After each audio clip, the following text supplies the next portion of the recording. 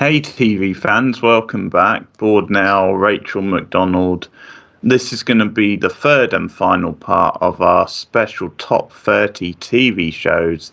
So this is to mark a year and a half of me and Rachel working together, reviewing various TV and movies. So we decided to do a special list. We've already done the first two parts to this. You can find them up on the channel. So we're at the crunch stage of the list. This is the top 15, our own individual top 15s. Coming in at number 15 for me is a show that I'm fairly certain you will have on your list, but probably a bit higher. And to be fair, it really only made it this high on my list because of the most recent season, which really saved it for me. And that is Stranger Things. Okay. So I loved season 1 of Stranger Things. I thought it was absolutely fantastic. One of the best first seasons of TV I've ever seen. But as I have spoken about, I did find the next two seasons did start to decline in quality a little. So season 2 dipped for me, and I really, after season 3, I was ready to write the show off. But then season 4 came along, and it just really saved this show for me. I mean, I think everyone who's watched Stranger Things just knows how amazing it was at first. Obviously, you have the nostalgia factor. The 80s feel is fantastic. The first season is so great with that mystery element. I remember when Stephen and I first watched it, I think we got to episode 5 and we were like, we still have no idea what's going on, but we are so excited. And the fact that the show, managed to do that and draw us in, I think was fantastic. Regardless of the plot lines, I do think that the characterization on this show is, for the most part, really, really strong. I think so many of these characters are just so meaty and so fantastic. Obviously, Steve Harrington, who, just became the biggest subversion on that show. I loved him from season 1. He's fantastic. You, of course, have Jim Hopper. Eleven is one of my most favorite characters to come off recent television. All of the kids are fantastic. Dustin, Mike, Max, Lucas, they are all so great. With season 4, I really think the show has kind of found its mystery roots again. I feel that season 4 really reinstated that feel of what is going on, what is happening. I really like that they are managing to tie everything together, from Hawkins' lab to Elle to Vecna. All of that is fantastic. Obviously, it's got a great score. Listening to the Stranger Things score is just so fantastic. I love seeing Winona Ryder on my screens again. She has been one of my favorite actresses since I was a little kid, and I keep mentioning this, but it's true. I share her birthday, so I absolutely love that. And so I loved seeing her back, and I'm really excited to see the final season of this show, because season 4 just, like I said, it just brought it back for me. So this show would have been on this list regardless, because I do think it is a really good show, and I think it's one of the best shows that's come out of Netflix, ever. They do all their little series, and this one is just so strong. And I think this was the one that really kind of catapulted Netflix into the stratosphere of showing what they can create and the kind of series. Because before this, I think they'd really only done House of Cards. That was quite big. This was the one that made everyone kind of go, oh yeah, Netflix could be a powerhouse when it comes to shows. So like I said, season 4 definitely has moved it up for me, because I do think that seasons 2 and 3 faltered a little bit when it came to that. Yeah. But I think it's going to come to a really good conclusion in season 5. And I love these characters so much. And as I've said before, if a show has great characters, I can forgive it a lot of other things. And I think Stranger Things has some of the best characters and characterization that I've seen in recent years. So that is my number 15, good old Stranger Things. Pleasantly surprised, because I wasn't really sure if it would make your list or not, but that's a great pick.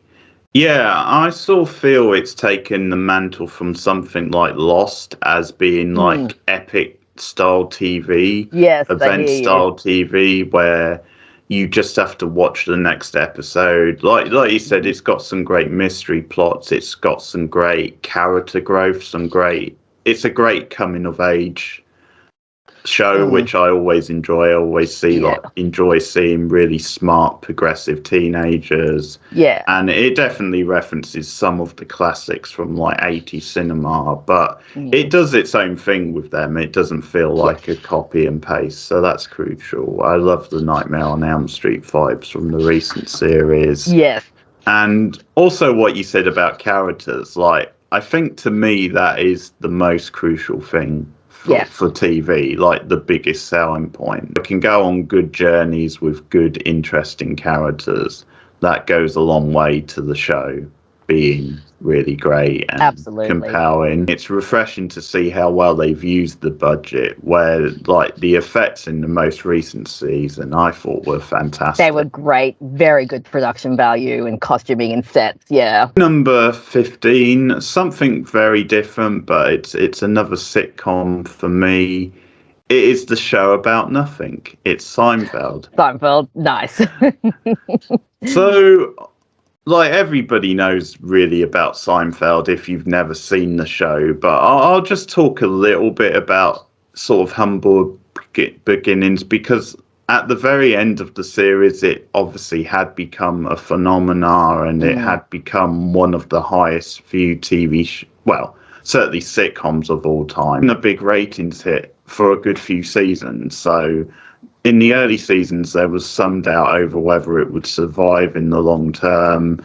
It also got middling like reviews from like the critics and things like that. And then later on, when it really hit its stride, it did become it won awards, or it was up for awards, and it was a massive viewing figures. And by the time you got to the finale in season 9, it was a cultural phenomenon where everybody was just like gathering and just so desperate to see what they were going to do. The actual events of the finale under seal, they were very careful not to let anything out. Say the first season really isn't very good at all, and I think one of the mistakes they made in the first season is that it did feel more like just every other sitcom, like a typical sitcom. Yeah. The characters were very different than they would like go on to become. Like, it just didn't have the same like satirical bite than it would have as you went on. It was a bit more nasty and unlikable, but they did it in a very over-the-top cartoony way where you could actually enjoy it. It did a lot with the form and was ahead of its time a lot. So, for example, it was one of the early sitcoms to really experiment with arcs, because in season 4, the running storyline everybody knows is Jerry and George pitching the sitcom to NBC. Oh, okay. And this is another example of the show being surprisingly meta. Now, we think of the 90s as being very meta, but I think that was probably more on film than TV. So this was one of the early TV shows to do that kind of thing, where like Seinfeld, the real sitcom, is on NBC. Like Jerry Seinfeld is playing a version of himself. And he's pitching a show now within the show to NBC executives. Yeah, that's cool. And some of the politics they go through, some of the like ideas that they're trying to foist on them when they say, why don't we have you and Elaine get together on the show? And like, I think it's George saying, I'm not sure we really want to go down the romantic humour type thing. And then the exec's like, well, or we just couldn't do the show at all. So that they have to compromise. So it does feel a bit like they're getting into like the weeds of real life politics when it comes to getting the show off the air and greenlit. And there's a lot of fun with that, like the sort of casting process where they're trying to like find the right sort of actors to play themselves. So it's sort of an amusing scene where the real life Kramer comes in and actually auditions for himself, like other sort of mini arcs. Later on in season 7, you had a big arc, which was the George engagement arc. And I actually enjoy that arc even more than the other arc. An episode called The Baby Shower actually has like a Tarantino style scene in like a dream sequence. Awesome. So it sort of does like a slow motion like shootout type thing where Jerry's actually being shot by FBI agents, and it's done in that Tarantino style. So that's really cool. And there's an episode in the final season, which the final season isn't really the best, but this is one of the better episodes, where they literally do everything in reverse. and they really go to town with it, because they even end the episode with the opening titles. That's cool. That's cool. Think in reverse, and you get the two plot lines running side by side.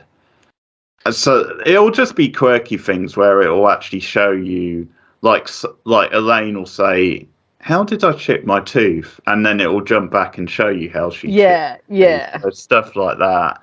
And the very end of the episode actually ends 11 years earlier, when Jerry first moves into the apartment and he meets Kramer for the first time. So there's a lot of that stuff. There's a lot of like meta humor about like Jerry Seinfeld's own life as a struggling comedian. Yeah. About his friends. Kramer character is like a version of Larry David's real life neighbor, so he's kind of based that on his real life. Yeah. And a lot of the gags from the show, a lot of the ideas do come from real life things. I think in George, you basically have one of the greatest underdogs ever on TV. And that's another character that took a while to really develop and come into his own, because like Jason Alexander plays him just so well, but early on he was a little bit too much like a Woody Allen style character. Oh, okay. And then I think he moved away from that and did his own thing. But George is just such a wonderful character, just such a goofball and underdog style character. You have a lot of fun with the supporting characters. So you have like the manic postman Newman, who has this. Oh yeah, we all know about Newman. Wonderful. Yeah, Wayne Knight was made to play that role. But his feud with Jerry Seinfeld, which Jerry describes as like a sort of a James Bond versus an art of feud, where Jerry is like the smooth, slick one, and Newman is always trying to hatch up plans to get the best of him. There's some great stuff with them. Lawyer on the show called Jackie Childs, and he's like modeled on the lawyer who represents O.J. Simpson, or represents. Is very sharp in whipping things out from real life in the news and putting it in the show. Like, this was a pastiche of that actual real life lawyer. They do a real life, like a scene where he's like mimicking him, and a lot of the best scenes come from that. Like they have this running theme about like the Kennedys on the show. Nice. and that's really good. In one of my favorite episodes, they do like a reenactment of the assassination. One spit on Kramer and Newman at like it's a baseball game, because like they get Keith Hernandez, who's a real life baseball player, to star, and they just do a whole parody of like the reaction to that big famous event, like the assassination, and the whole thing about, well, there must have been a second spitter. So up on the grassy knoll. absolutely Nice. And they have a lot of fun recreating, because there's another thing with like Jerry's parents where like the dad has to leave Florida in disgrace. Oh dear! Because he's in Florida in disgrace. Yeah, because it's like they're living in like a retirement style home out there. Oh yeah. And he gets impeached, and they do like a sort of recreation of Nixon leaving office. That's really consistent show. Obviously, like any of these sitcoms, you definitely get weaker episodes and seasons, but it's one of the most consistent sitcoms I've seen, where even in weaker episodes, it's still very watchable. But I'll just say, I think the peak is like, I would say season 4 to 7 is the peak. So it has a really long peak. 6 is my favourite season. I'd say slice of life type episodes, because again, one of my favourite episode is like early on in the show, they do an episode where it's all in a parking lot, and the whole thing is they lose the car and various things happen. And that was quite early on in the show, where they were just sticking to pretty relatable, realistic premises. And I just, I mean, I do have a soft spot for that sort of episode because it does feel quite true to life, and they just heighten it a bit. Like they have this thing about Jerry where he's like goaded into going toilet behind a car, and he actually gets caught and arrested, and he makes up this excuse, which is then he's got a rare urine infection where he has to pee, otherwise he might die. And just seeing him scrambling and then trying to come up with another excuse when the guard doesn't buy that is really funny. It was one of those shows where I will fully acknowledge that it is obviously a really great show, really well written. It's just not my type of show. I think maybe I was just too young when it was airing in the 90s. Like I didn't really watch it growing up. And then when I got older and tried to watch it, it just didn't work for me. But I mean, I have seen some episodes. My best friend is a big Seinfeld fan, so she's shown me a few different episodes. The one with the chick who keeps walking around naked, and Jerry's like, then Jerry tries to walk around naked, and they're all like, yeah, it doesn't work that way for guys. The one where they're all trying not to self-service themselves, and that's one of the classics. Yeah, they have that. Of course, I've seen some episodes with the soup Nazi as well, and so I've seen some episodes here and there. I think just because I didn't really grow up with it, it maybe just doesn't gel as well. But no, it's obviously a really well-written show. The actor who plays Kramer is just a comedic genius. Some of the humor seems really dry and really fun, and like you said, it does seem to very much reflect the time, like the 90s. I think if you wanted to say, hey, do you want a show that really showcases the 90s? Like I think Seinfeld is one of those shows that you'd show someone to show them what it was like in that decade, in that era, and what, pop culture was like and what society was like. So, very strong cast, obviously a very, very good show, ran for so long. Probably, I think they said that it could have run for longer, but Jerry decided to end it where it was, to kind of end on a strong note and not be one of those shows that went for too long. Yeah. So yeah, definitely a good pick. And I, obviously you hear mostly good things about Seinfeld, so it's very interesting that it wasn't well received in the early days. I didn't know that. I thought it was just a hit from the beginning. So it's interesting that it had to kind of work its way, and now it's one of these. When you think of classic, really good sitcoms, you'll almost always see Seinfeld in like top 10 lists. So, Fortune is a sitcom that I've been trying to get Keith to watch for like a year. And if anyone has seen this show, please tell him how awesome it is. It is, of course, the medical sitcom Scrubs. So Scrubs, anyone who knows, started airing in the early 2000s, follows JD, played by Zach Braff, who from his very first day as an intern all the way through to him being an attending, it ran for 8 seasons, and then they did a spin-off that didn't take off. So what they did is they just tacked the spin-off onto the end of the show and called it season 9, but almost no one in the Scrubs fandom acknowledges it as season 9 because season 8 just ended in such a great place. But Scrubs is one of those shows. So it's not filmed in front of a live audience. So it was the first sitcom I saw that was a multi-camera show. So it's filmed on set in an actual hospital. Again, one of those shows that just has a really fun cast of characters. So you've got JD, who's the main one, played by Zach Braff. Complete disaster. His character is such an idiot, but he's so much fun to watch.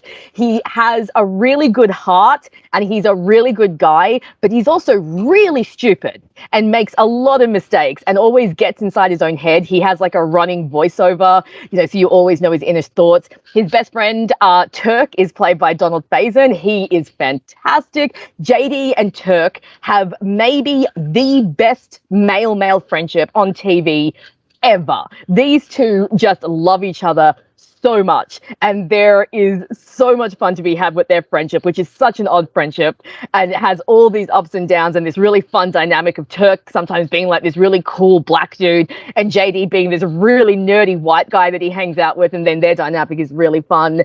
You've got Dr. Cox, who is JD's mentor, played by John C. McGinley, in a role that I swear to God was just tailor-made for him. Dr. Cox is that really hard-nosed attending that basically gives them so much shit, but is actually a really good teacher and is actually really there for them through a lot of hard times. And then you've got the janitor, played by Neil Flynn, and the janitor is just one of the funniest characters you will ever come across. JD gets on his bad side on his very first day of work, and so the two of them have this kind of rivalry back and forth throughout the whole series. And Neil Flynn is actually so funny and used to like basically ad lib so much, but apparently towards the later seasons, the writers would just stop writing lines for him and they would just write in there whatever Neil Flynn says or whatever Neil decides to make up. And so a lot of what you see with the janitor is very ad libbed and just absolutely hilarious watching his back and forth with JD. The other thing about Scrubs is even though it is a sitcom, being set in a hospital, you actually have some episodes that touch on some really interesting, just things that you would deal with in the hospital. I've seen a lot of medical students and medical personnel say that Scrubs is actually one of the most accurate shows to show what it's actually like working in a hospital, because it's not Grey's Anatomy or ER. It doesn't have to be over the top code blue bombs in people's chests type of thing. It's just your everyday goings on in the hospital. But they have episodes that deal with when you get too close to patients and you have to watch them die, when you're working with young kids, the kind of relationships you have in the hospitals. There are some fantastic guest stars on this show. Brendan Fraser pops up for a 3-episode arc, which is one of the most well-received arcs on Scrubs. His final episode on Scrubs that he appears on, I'm pretty sure is the highest rated Scrubs episode, and it is fantastic. Michael J. Fox turns up for a few episodes playing a doctor who has OCD, and they really go into how debilitating a disease it really can be. And I think they gave him that to kind of cover his Parkinson's because he was starting. But his episodes just really shows, again, the debilitating side of like these diseases that we kind of, make fun of. A lot of people are just like, oh, OCD, obsessive compulsive. But like this episode really shows like how debilitating it is and how, like there's a scene where he's washing his hands and JD comes to talk to him and he's like, I've washed my hands 40 times and I can't stop. And then he kind of screams and like hits something and he's getting really frustrated. And it really makes you see that like some of just these diseases can just be so debilitating and so heartbreaking. And then Scrubs, it's got some hilarious episodes, but I think it really shines when it does the serious stuff, and it does that kind of stuff really, really well. It also has like those kind of imagined spots. So JD is constantly in his own head. So he's always imagining different things, and his imagined spots will often take on, pop culture references. So he has a Star Wars one, he has a Kill Bill one, he has a Wizard of Oz one, and they do the references in a really fun way.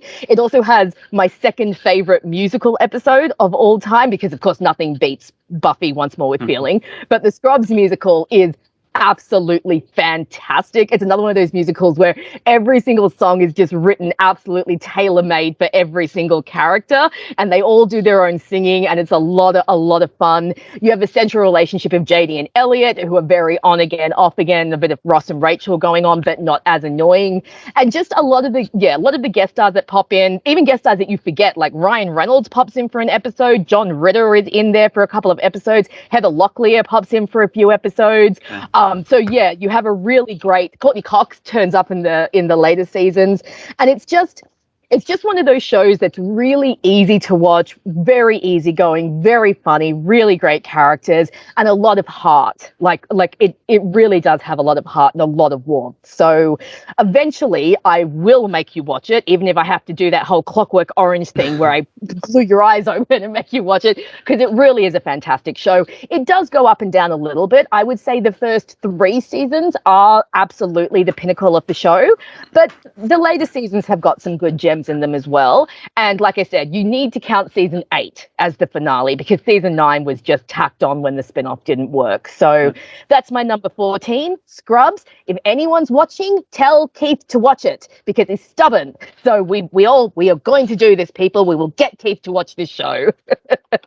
So that's my number 14.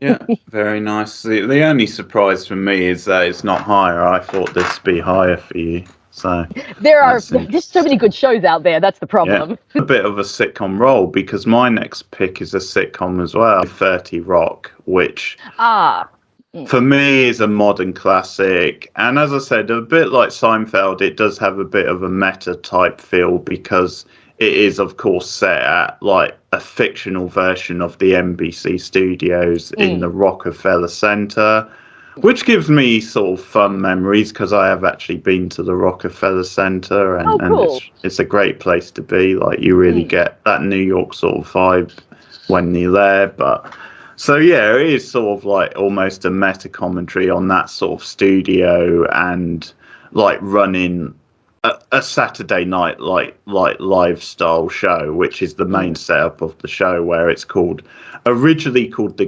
Girly Show, but then once they introduced this manic Eddie Murphy style bad boy, Tracy Jordan, who's this big, he's like a crazy celebrity who's like out of control, and from a PR standpoint is a disaster, but he's just so popular and has that charisma, then he sort of gets foisted on them, and it kind of means they have to compromise and like rename the show after him. So there's a lot of fun with that. Liz Lemon, obviously played by Tina Fey, who's absolutely wonderful. This is her defining role, but she's the co-creator of the show. We get to see what a whip-smart talent she is, both as a writer and on air. Because she, like previously, she did the script for Mean Girls, which was a bit of a calling card, and that is a wonderful script. Carry a show in front of the camera as well as like writing the show, and it's just a wonderful collaboration of like ideas and different quirky, oddball characters.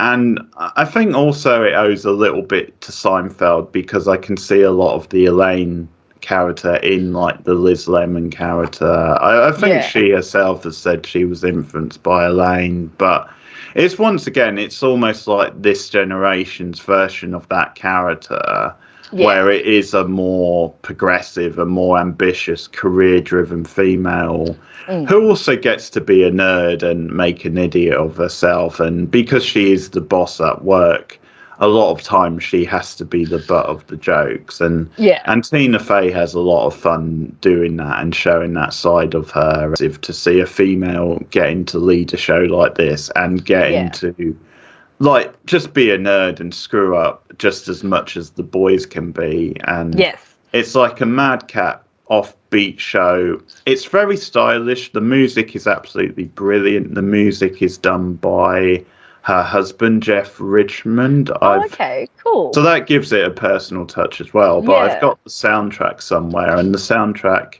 is just wonderful. Like, the music is like a character in itself, and that's something you don't say about many sitcoms. Like, normally you might have a catchy opening theme, but apart from that, the music isn't really a factor. So the music in this is really good, and you get lots of fun, I don't know, kind of like renditions or pastiches of like almost like classical style music, but then it comes up with quirky songs of its own for like various characters. So like they do a Halloween style song which is called Werewolf Bar Mitzvah, which absolutely a belter, which Tracy Jordan sings along with Donald Glover, who guest stars on that track.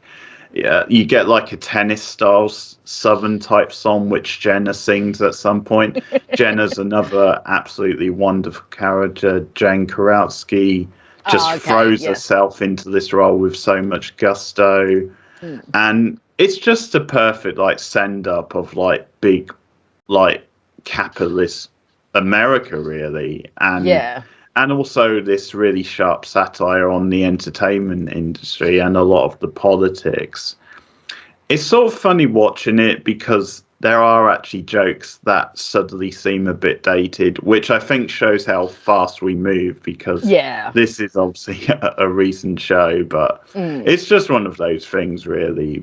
But it is very progressive as well, and it never comes across as offensive. Like, it always feels like they are sending up those people. They're not actually making light of backs up, and Tracy dresses as a woman, but the whole gag is then they're competing over which is like the most discriminated against a woman. So that's the go. So that kind of works. I mean, if you're ever going to do that and make it work, that's sort of how you do it. Obviously, as I've said before, you get wonderful cameos, like celebrity cameos. People like Oprah Winfrey. You've had Michael Sheen on there. Yeah, the Winfrey one is almost like this whole joke over like the allure of Oprah and her own Yes. Yeah. reputation. And the payoff to that is so funny because like Liz thinks she meets her on the plane. Yeah. So she gets her into like the studio to like settle a dispute. But it turns out she's been talking to a 12-year-old the whole time.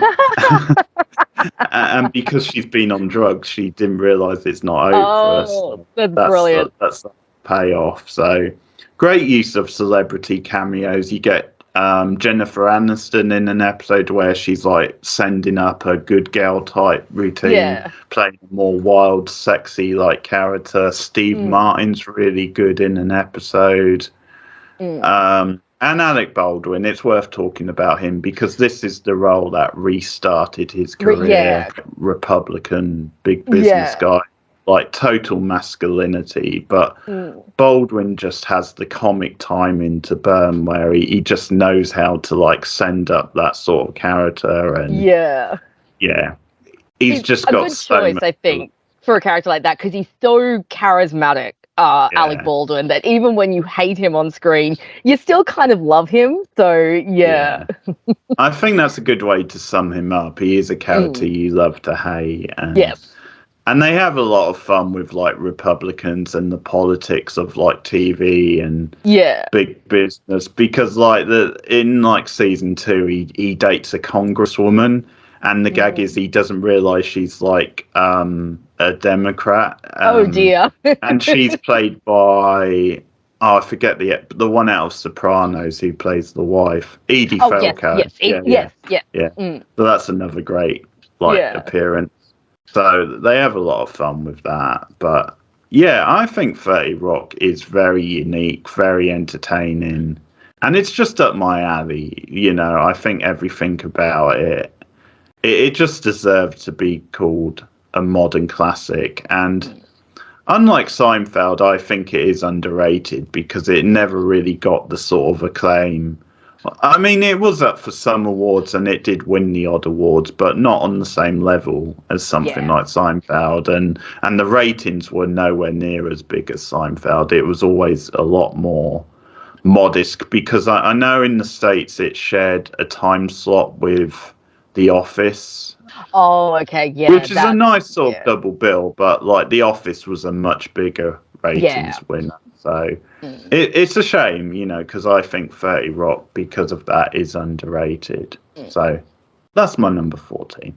Very nice. That is one that I have been meaning to watch because I love Alec Baldwin despite all of his personal stuff. I think on screen, I find him to be so watchable and so charismatic. And I think the character of Liz Lemon looks like a lot of fun. And now, is this the one where John Hamm guest stars as like a guy who's like really beautiful so that he gets all of this, like he gets away with doing all of this stuff and Liz has to kind of show him what it's like for like the rest of the people? Like I've seen that episode. That looks really fun. There's also this GIF that floats around Tumblr every Tuesday where Liz is like, you see Liz going, oh, what a week. And then Alec Baldwin's like, Liz, it's Tuesday, and it's like that's a good one. Yeah, it does look like a fun show, and it's been on my to watch list for a while, so it'll probably be one that I pick up on an afternoon when I'm looking for something to check out. How many seasons did it run for?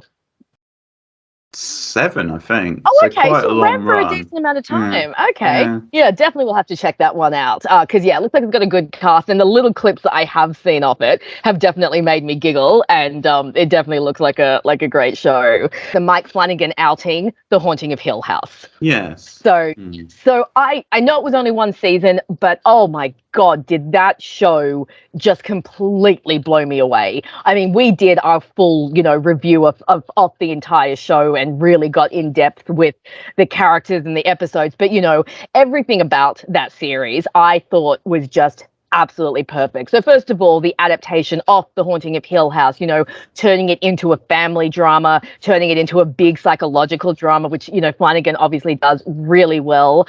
I thought that this show, of all of Flanagan's works, I think this one balances the horror and the drama just the best, absolutely perfectly, you know, because when I watched it, I absolutely loved all the horror elements. I loved all the hidden ghosts. I thought he did a couple of jump scares that were really fantastic, and jump scares are hard to do. I thought the bent neck lady and the tall man were two of the creepiest ghosts I've seen in recent memory. You know, everything about the horror was done so well. This series genuinely creeped me out. And that doesn't happen to me that often because I watch so much horror, you become desensitized. But I remember being really creeped out by this series. But on the other hand, I thought the psychological family drama at the heart of this show was just so good, and the breakdown of the Cranes and the malevolent force that this house had exerted on them. I think every single one of the Crane siblings is a really fantastically written character. I don't necessarily like all the Crane siblings, but I think they're all really well written. I think their motivations and their trauma and the way you see how all of them dealt with what happened at the house is really interesting. I particularly latched on to Stephen, the eldest Crane, because I really identified with him being an eldest sibling who felt like maybe he'd failed his younger siblings a little bit, because I think a lot of older siblings sometimes feel like that, especially if they've been pushed a little bit more into a parenting role. And I just think that the arcs and the characterizations, you know, Nell, such a tragic character, and her character arc and her, you know, everything that happened to her was just so sad, but also like really endearing. Luke had such an endearing storyline. I mean, and I think a lot of people who have either dealt with addiction or have had people who have been, you know, addicts can really relate to Luke's storyline and the way you see him struggling with his addiction, the way you see the toll it takes on his family. I think all that was done really well. Theo is, you know, such a great character, and her, you know, her touch feel. I think Shirley is the weakest of the characters. I've always kind of felt that. But even Shirley has very interesting storylines. And again, you see, you know, her repression in the way that she tries to hold everything together. And of course, the dad. I thought the dad, both the younger actor and the older actor who played the dad, I thought were really good. The direction's fantastic. I'm pretty sure Flanagan directed every episode of this series, and it's just so good. The score is beautiful, and just the way that it moves through this family tragedy and links it to this house, and the way the two just intertwine and just work together, it's just beautiful. And some of those episodes, I mean, when you look at the episode 2 Storms with those beautiful long takes, you know, that would have taken so much rehearsal and so much preparation, and they're just put together so seamlessly. It's absolutely beautiful. It really, I think The Haunting of Hill House, you know, it really shows what you can do with imagination and a decent budget. And Flanagan this is my favorite of Flanagan's work. Like, I haven't seen all of his work, but I've seen a big chunk of his body of work. And I really think this is Flanagan, like, at his peak. It was just beautiful. And so, like I said, I'm not sure if it really counts as a series because it was only one season, but it was just such a good series, and it just hit me so much, this one, that I had to put it on this list. So that is number 13, The Haunting of Hill House. Yeah, fantastic choice. It's a choice I thought you would go with. I had a feeling this be on your list, and I definitely approve of it. We reviewed the whole show, obviously, and like you said, we did go into a lot of detail. And yeah, if you're craving like a horror TV show, this really fills that scratch, because not only is it very scary and stylish, well directed, but it has a good meaty story at its heart as well. Really good characters. His best work overall. I do like some of his movies as well. I really like the movie Hush. I recommend people checking that out. Absolutely, that's very good. We both enjoyed Doctor Sleep quite a bit, so and there's some which maybe are a bit weaker, but yeah, no, I would agree. Actually, this probably overall is his best sort of work. So definitely recommend it if you have Netflix, which most people do. You can check it out on there. And yeah, maybe go back and listen to our reviews, because we had some good discussion. Yeah, we really got into it with that one. Yeah, John Hamm was in 30 Rock. Well, my next choice is the show which made him famous, which is Mad Men. That's my number 13. And I just have a lot of nostalgia for this sort of time, because Mad Men started in 2007. It got a 7-season run. and it's completely serialized from start to finish pretty much, and it's set, obviously everybody knows really, but it's set at like this New York ad agency, and it's 60s setting. You get like the smoke filled noir style scenes, and once again it's a lot about masculinity, it's a lot about the gender politics at the time. There's almost assigned roles that people had. If you were a man, you were expected to act in a very sort of masculine way. It's a very cinematic show, and I think that's on purpose because it is like lifting the lid on very creative. Like it sort of longs for a time where there was creativity in adverts, which probably puts modern advertising to shame, where they were actually picking things from popular culture like songs and movies and stuff like that and actually putting them into ads.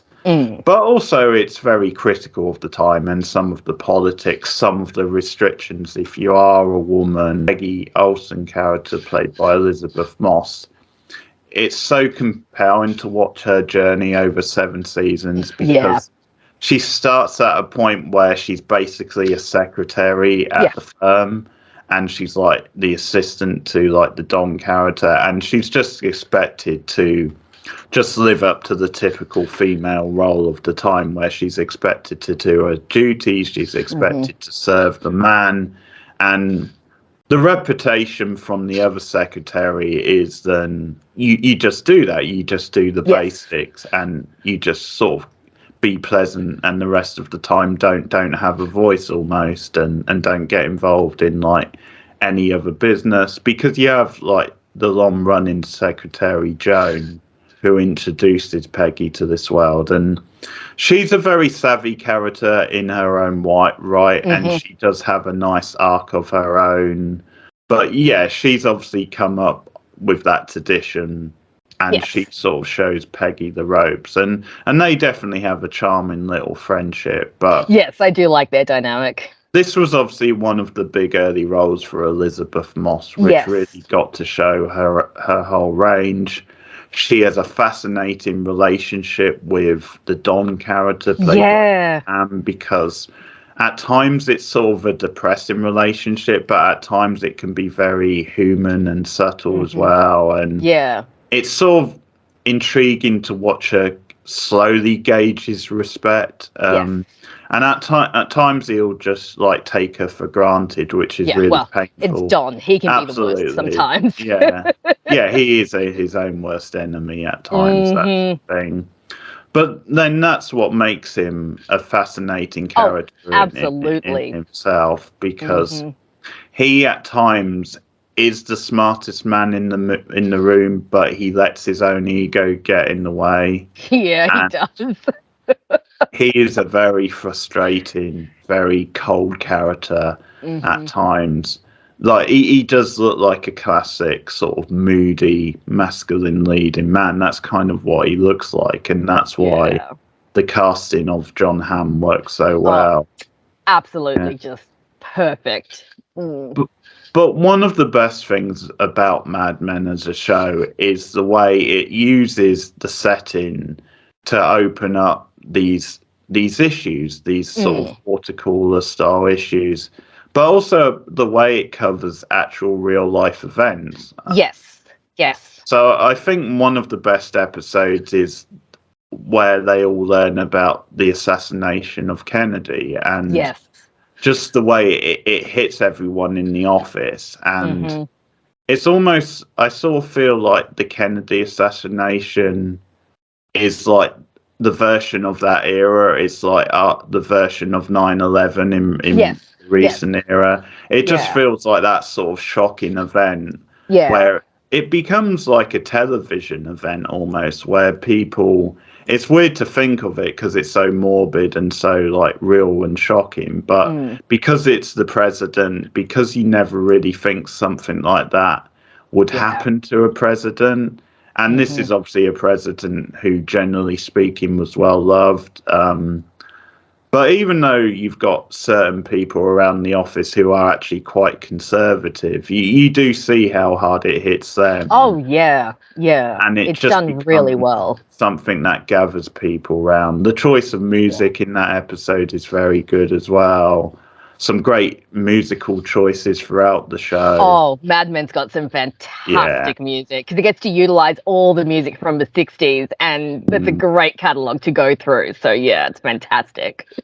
It sums up the period so well with the musical, with the visual choices. Yes. And that's the thing, because this sort of show where it's like a period drama, you know, and the setting and everything, it's not always a show I warm to. Like, sometimes it can leave me a bit dry, but I think it is the stylistic touches that gives it that extra bit of depth and makes me really want to watch these characters. There's a lot of like cringe moments, which once again are very true to life. Some of the sexism is really hard to watch. Yeah, it can be really hard to take sometimes. Unfortunately, that it's a reflection. The way it was, so it has to depict it. But yeah, it definitely gets a happy medium between showing those moments, but then also giving characters like good arcs and progressing them. Yeah, and that includes the women on the show as well. Yes. So that's absolutely a really good thing. Some great guest stars. Like I'm a big fan of Gerard Harris, so I really like his character. Yes, me too. Blaine, such a wonderful but also tragic character. Yeah. But yeah, Mad Men is one I went back to a few years ago, actually sort of near the start of the pandemic, because I hadn't watched the whole thing from start to finish, and we just binged it. We binged it in about 6 weeks or something. Yeah. It's just such a engrossing show, and I know some people have had mixed feelings on the finale, but I absolutely love I like the finale. I think it works for the show. It's not a show that needs a big over-the-top finale. I think the finale for this show worked for what it was. It was focused on the characters, which is what that show has always done. So I don't mind the finale, but finales are always very divisive. They are. No matter the show.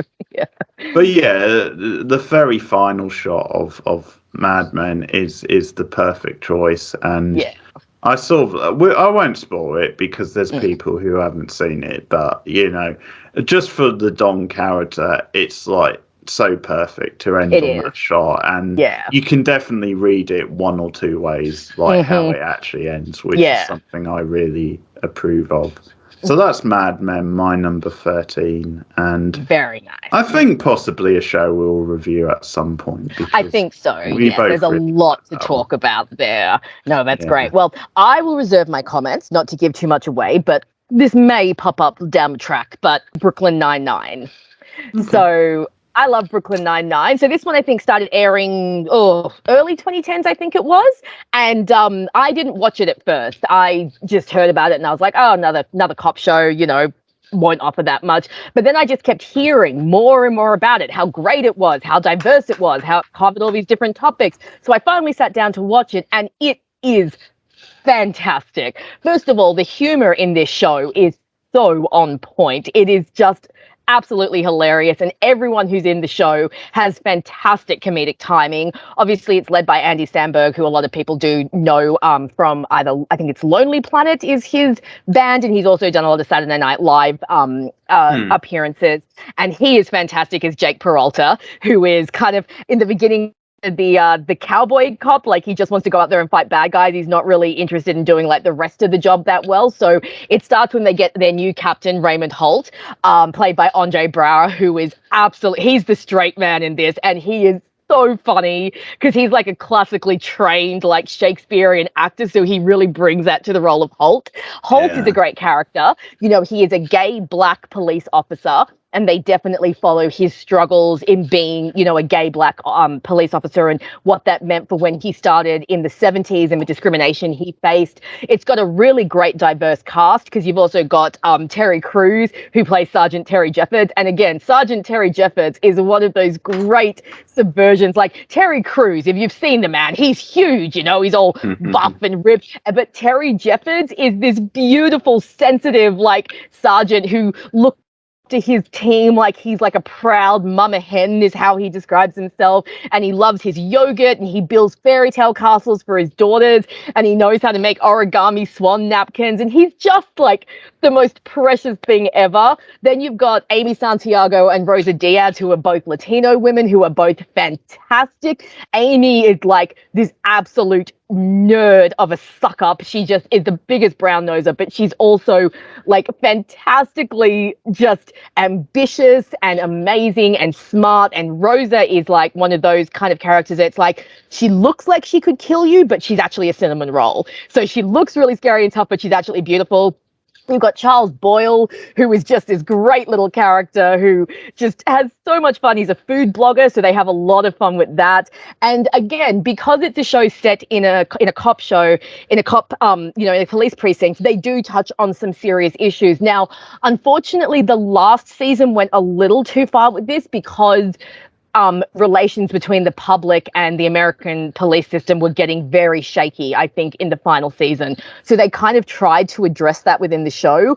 It didn't quite work in the last season because they went a little too serious. But in the early seasons, they do have some great stuff about. Like, there's a great episode of all things. It's called Moo Moo. There is a reason for that, but that one deals with police profiling. So Terry gets stopped on the street just for being a black man. So they have a whole conversation about that, you know. They have episodes that focus on how hard it is for Rosa and Amy sometimes as female detectives, as Latina detectives, you know. So they do try to touch on, you know, some serious issues. Then, of course, all of the characters have their own arcs. You know, Jake and Amy have a bit of a Ross and Rachel build up and then eventually get together, but they have a really beautiful relationship, which is a great subversion of your usual sitcom relationships where they're actually like an equal partnership and actually work through their problems and have a mature relationship. You know, I think we've moved past the whole Ross and Rachel on again, off again drama from the 90s. These days, we want to see couples get together and stay together. So they do that with Jake and Amy. And we actually get to see them, you know, get married and start a family. And Amy gets to get promoted to sergeant. So we get to see her ambitions get realized. And the show itself is just really funny. They have a lot of really funny, you know, situations that they get themselves into. Obviously, it being a cop show, you can put them in a lot of really funny situations and different crime scenes. There's a recurring character called Doug Judy, who's this car thief and basically slowly becomes best friends with Jake over time because every time he pops up, he and Jake get closer and closer. And it's just a really fun show. I think the cast they got was fantastic. They have really good chemistry, all of them, and they work really well together. And they really make you believe that these guys are a team, that they are great friends. And it's just really like a really wholesome show, especially for a cop show. Very, very wholesome and very fun. And I'm very grateful that I did start to watch it. So that's my number 12, Brooklyn Nine-Nine. Number 12, I've gone with another kind of classic water cooler style show from this era. It's a show I actually referenced earlier, but it is Lost. So nice. Just outside the top 10, and this is a show which I didn't discover it, I'd heard of it, but I eventually watched over the last few years, and it made such an impression. Then I've rewatched it a couple more times since, and it was a great sort of binge fest for me. And I mentioned with it in connection to Stranger Things, and Lost is one of those shows, regardless of the flaws in it, regardless of how messy some of the plotting gets, and it definitely does, and I accept all the faults, but for me that just makes it a more unique show. That just makes it a more fascinating show to watch. It's a show where actually a lot of times the flaws work in its favour because it makes it a very unique spectacle, and it means you're watching something which you very rarely see on TV.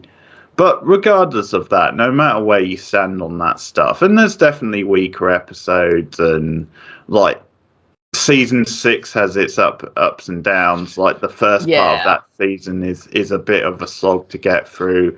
It ends much stronger, and I don't have the issues with the finale than some people have. I think a bit like we were talking with Mad Men. If you watch Lost all the way through, to me that finale feels like it's in tune with what the show was doing. And absolutely agree. It definitely has faults. I think it suffers a bit from giving every character their big moment. I think some tighter editing could have been used in the finale, but I still think it's a satisfying finale, and I don't really get the hate it gets. But at its core, at its best, Lost is just event-style TV with epic set pieces, tremendous characters. The characters, once again, are a big pull of the show, and a very diverse cast. Bearing in mind it started in like the early sort of 2000s. To have like a regular like Korean couple as two main characters. To have obviously the original cast, you had Michael, who was African American. You had an Australian played by Emily Delraven. So really diverse cast. You had like obviously the Saeed. Saeed as well. He's one of the best characters. You have Desmond, who we both love, who's a Brit. And it's just a wonderful show to like rewatch and just see the mystery unfold. Before the days of Reddit, before the internet really became the massive thing it was, Lost was one of the early shows to have that like frenzy sort of speculation about what was going on the island. They cast it to absolutely perfection with Rio Quinn's finest ever performance. He's this classic sort of ball anti-hero, and he's absolutely wonderful to watch. He's the type of actor and character who makes more bland characters subtly interesting. Absolutely. It's those shows. I think it divides people because a lot of people prefer it in the early seasons where it's just a basic sort of thriller, survival type thriller. Whereas there's people like me who think it only goes from strength to strength when it starts opening up the mythology of the island. The stuff with the others is some of my best stuff. The stuff with the Dharma Initiative is so satisfying. A character like Ben, who's that actor I absolutely love, Michael. He's constant, like he's dedicated to a different character, so you get a little and all the flashbacks piece of their backstory with people. And in the best episode, it will link up with the stuff happening on the island. Occasionally, you get an episode where you sort of think, well, what does that have to do with what?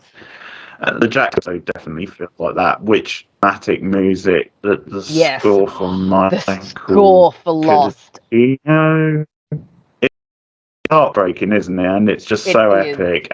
And it was one of those to do that, like actually use more cinematic music for a TV show, and the money they put into that pilot paid off when you see the result. Absolutely. And it's just a wonderful journey. It's such an unpredictable journey with really moving, charming, quirky characters. Like Hurley's a tremendous character as well. He's like the heart of the group, and I think maybe season 4 is my favourite, but it's a toss-up between that and some other. Yeah, I mean, obviously the best finale is season 3, without a doubt, and heartbreak finale. I would say that's one of the best TV finales ever, the season 3 one. A little higher, but we'll see what you've got in your top 10. It could have been. I considered it. Number 11. So I guess for my number 11, we're still kind of in the drama area, just not as crazy as Lost. But my number 11 is a Whedonverse show, and I have gone with the very short-lived and very underrated Dollhouse. So I really love Dollhouse. I actually think that it was a show that was ahead of its time, and that it just came out at a point where we weren't really ready for this type of show. So anyone who doesn't know Dollhouse, the concept of this is the Dollhouse is a place where actual human beings come in because they're trying to avoid prison time or jail time, or they're volunteered for it for some crazy reason, and they get turned into what they call actives or dolls, where they basically remove the person's original personality and then turn them into a blank slate, and then can imprint them with other personalities that are made up from real personalities, and then they're sent on engagements. Now, of course, there are the usual sexual engagements because there's always someone who wants to have their ultimate fantasy. But what's kind of cool is that there are other engagements. So we see the main doll, Echo, who's played by Eliza Dushku. We actually see her go on a lot of different missions. So we see her be a backup dancer for someone who's basically there to be a sleeper bodyguard to a pop star. We see her as a midwife. We see her as a hostage negotiator. We see her as that's right, we see her as someone who's actually been murdered and has come back to kind of solve their own murder. So we actually get quite a lot of different personalities. But what I think is really great about Dollhouse is the themes of this show. So because it works with removing personalities, imprinting personalities, what can you do with a body? Is a body just a body? There's a lot of existentialism in Dollhouse, which I think a lot of people don't really look into, of what makes us us. Are we just our memories? Do we have core personality traits that can't be removed? Do we have emotions that can break through? And of course, as the series goes on, I mean, we only got 2 seasons, but in the seasons we got, we do start to see some of the dolls break out of their personas. We see them form attachments to each other. We see some dolls are able to retain memories. We see some dolls are able to take on multiple personality imprints. So we have this very, very interesting thematic existentialism that kind of runs through the show, which I've seen very much in the more recent show Westworld, which I basically describe as being Dollhouse 2.0. It's essentially the exact same concept, just done in a slightly different way. Now, Dollhouse, I think, has some great characters. Adele DeWitt, who is the woman who runs the Dollhouse, played by Olivia Williams, is one of my favorite bad bitches of all time. She is just fantastic, and she gets a great character arc that sees her go up and down and be broken and brought down and then regain her power. The main character of Echo, I have to admit, I've never been that attached to. I honestly don't think Eliza quite has the range to play her, but that's made up for with the supporting characters. There's 2 other dolls, Victor and Sierra, who I absolutely love. Their particular journey and their relationship and dynamic is great. You have the brains of the operation, the science guy, Topher Brink, who is just a fantastic character. And he's one of those characters that goes through so much growth, because I remember when I first started watching Dollhouse and I was looking at Topher and I was like, you're the guy that everyone keeps going on about? What does everyone like about you? And then by the end of his series, I was like, Topher, my little baby, come here, let me protect you. So I think that just shows what a great arc he's got. Paul Ballard is honestly one of my favorite characters ever, and I don't think he gets enough credit because he's kind of an idiot hero. So Paul Ballard is the FBI agent who's trying to investigate the Dollhouse. Maybe unforms a little bit of an unhealthy attachment to one of the dolls. We can talk about that if we ever do Dollhouse. And of course, you've got Boyd, who is Echo's handler, who is a great character, but unfortunately gets a little bit screwed over in season 2, which I won't give any spoilers away. But yeah. Now, Dollhouse, they did know was going to end. So unlike, say, Firefly, which just ended completely abruptly, they were able to somewhat wrap the show up. I say somewhat because given that it was only 2 seasons, there are obviously a few threads that they weren't able to go along with. And they did a bit of a bait and switch at the end that with a certain character that a lot of people weren't happy with. But I do think that Dollhouse has one of the best finales, especially of a short-lived series. I really love the Dollhouse finale. And I think for the fact that we only got 2 seasons and it had to wrap up quite a bit, I think it actually did a really good job. I think Dollhouse also utilizes music really well. It's got some beautiful music, and some of it is composed by Joss Whedon's brother, and some of it is composed by one of the actresses who's actually in the series. I think that, like I said, I think the concepts in Dollhouse are really interesting, especially when you get into the meat of like what makes a person, when you start to see certain traits of the dolls souls come through.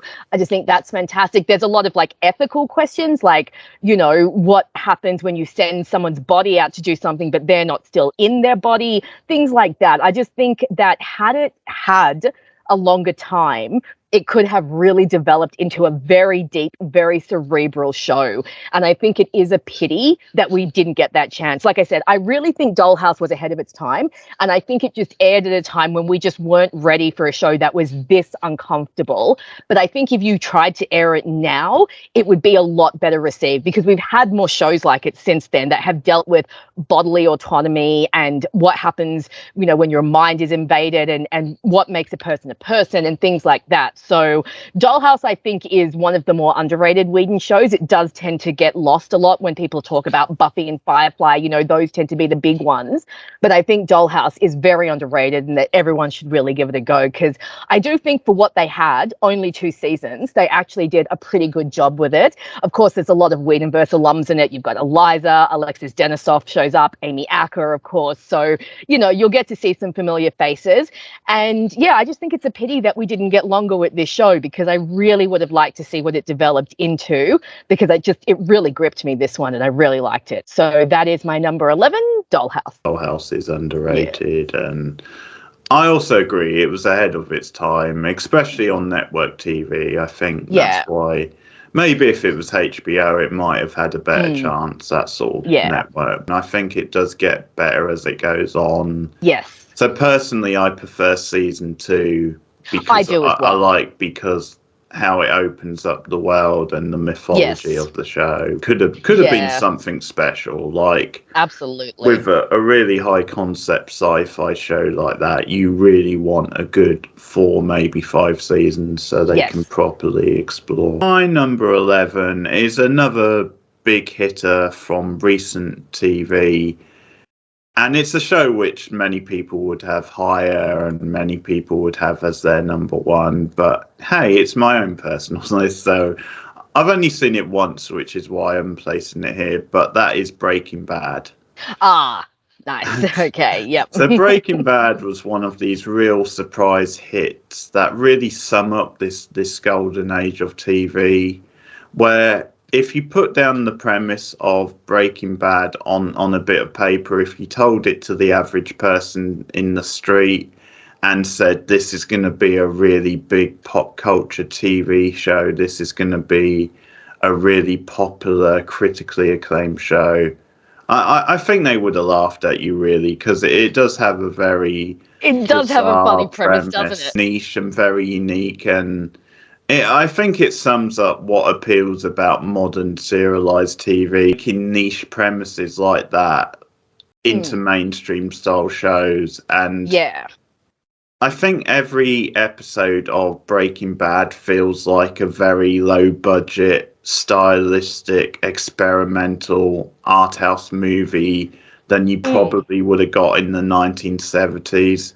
And I think that's why it appeals so much. And it was one of the shows that made people say TV is the new film, essentially. Yeah. Because the stuff that is sadly so lacking in many modern day films could be found in something like Breaking Bad.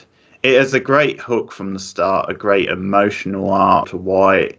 And the setup for it was then basically you had... almost like Mr. Chips Goes to Hell. That's kind of the way it was first pitched. Where... That's a great way to put it. That's fantastic. so he's presented as this classic family-style guy who is very likable, like a community-friendly sort of character, who you just wouldn't expect to have this ruthless, like dark side to him. And he just goes on this descent into madness, this descent into hell. By the end of the show, or certainly once you get deep into the show, he really becomes a very unlikable person to be around, a total egomaniac. And the way Bryan Cranston plays him is just inch perfect.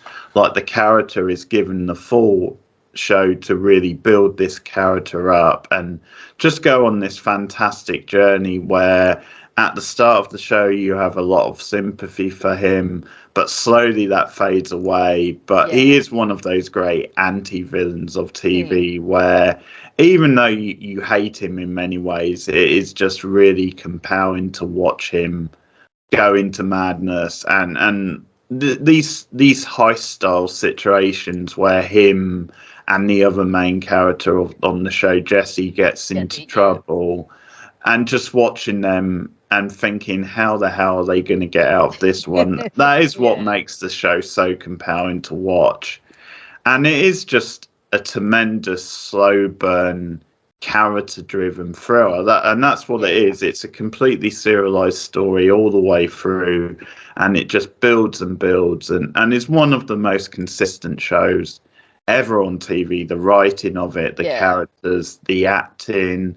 Of course, you get like the Saul Goodman character who first appears in this show, like, and then got his spin-off later on, and he's like a very entertaining but like unlikable sleazy lawyer character. So he first appears, and you just have wonderful like complex characters in the show, and as I said, a very stylistic, gripping show with a lot of light and dark amongst the characters, and also another thing which probably doesn't get talked about enough about Breaking Bad is how it actually mixes up genres. That's something I like a lot, because you could almost see it as a bit of a sci-fi show as well, just because of the whole cooking up drugs and also the setting of New Mexico, which has a lot of like history. And of course, the main showrunner is Vince Gilligan, who worked on the X-Files. He wrote the X-Files, so there's almost like a link there. You could almost do like a crossover. I was going to say, that'd be quite fun, because Bryan Cranston even appeared in an X-Files episode. Nice. One of the most talked about episodes is an episode where the whole thing is set in like the cooking like facility where him and Jesse work, and Walter just becomes obsessed with this fly because it keeps buzzing around and distracting him and like interfering with the cooking process. So that's the whole episode. It's him trying to catch this fly. So it's like a bottle style episode. Yeah. That's just like a really ballsy thing to do. I think it's in about season 4 or something. Season 4 is my favourite season, I think. I'll say that is the peak of the show. That's like the completion of the Gus arc, and Gus is, of course, a very interesting, wonderful villain to watch. The chicken guy, as he's often referred to. I've mentioned him before. He was one of my favourite TV villains when we did that list. I absolutely love that actor. He's gone on to do some interesting stuff. He's in The Mandalorian at the moment. Oh, okay. A couple of different things. But he's a very good actor as well. So, yeah, you get a lot of really good character actors. The character of Mike is another great character, played by Jonathan Banks. And he's one of the characters that crosses over and is also in the majority of Better Call Saul as well. Okay. But yeah, Breaking Bad I think could have been higher, but I've only seen it all the way through once, and it is a very consistent show, and it absolutely sticks the landing. Like the finale of season 5 just nails it, really. So very satisfied in conclusion, and it's just great to see like Vince Gilligan had this vision and he knew how everything was going to play out pretty much all through.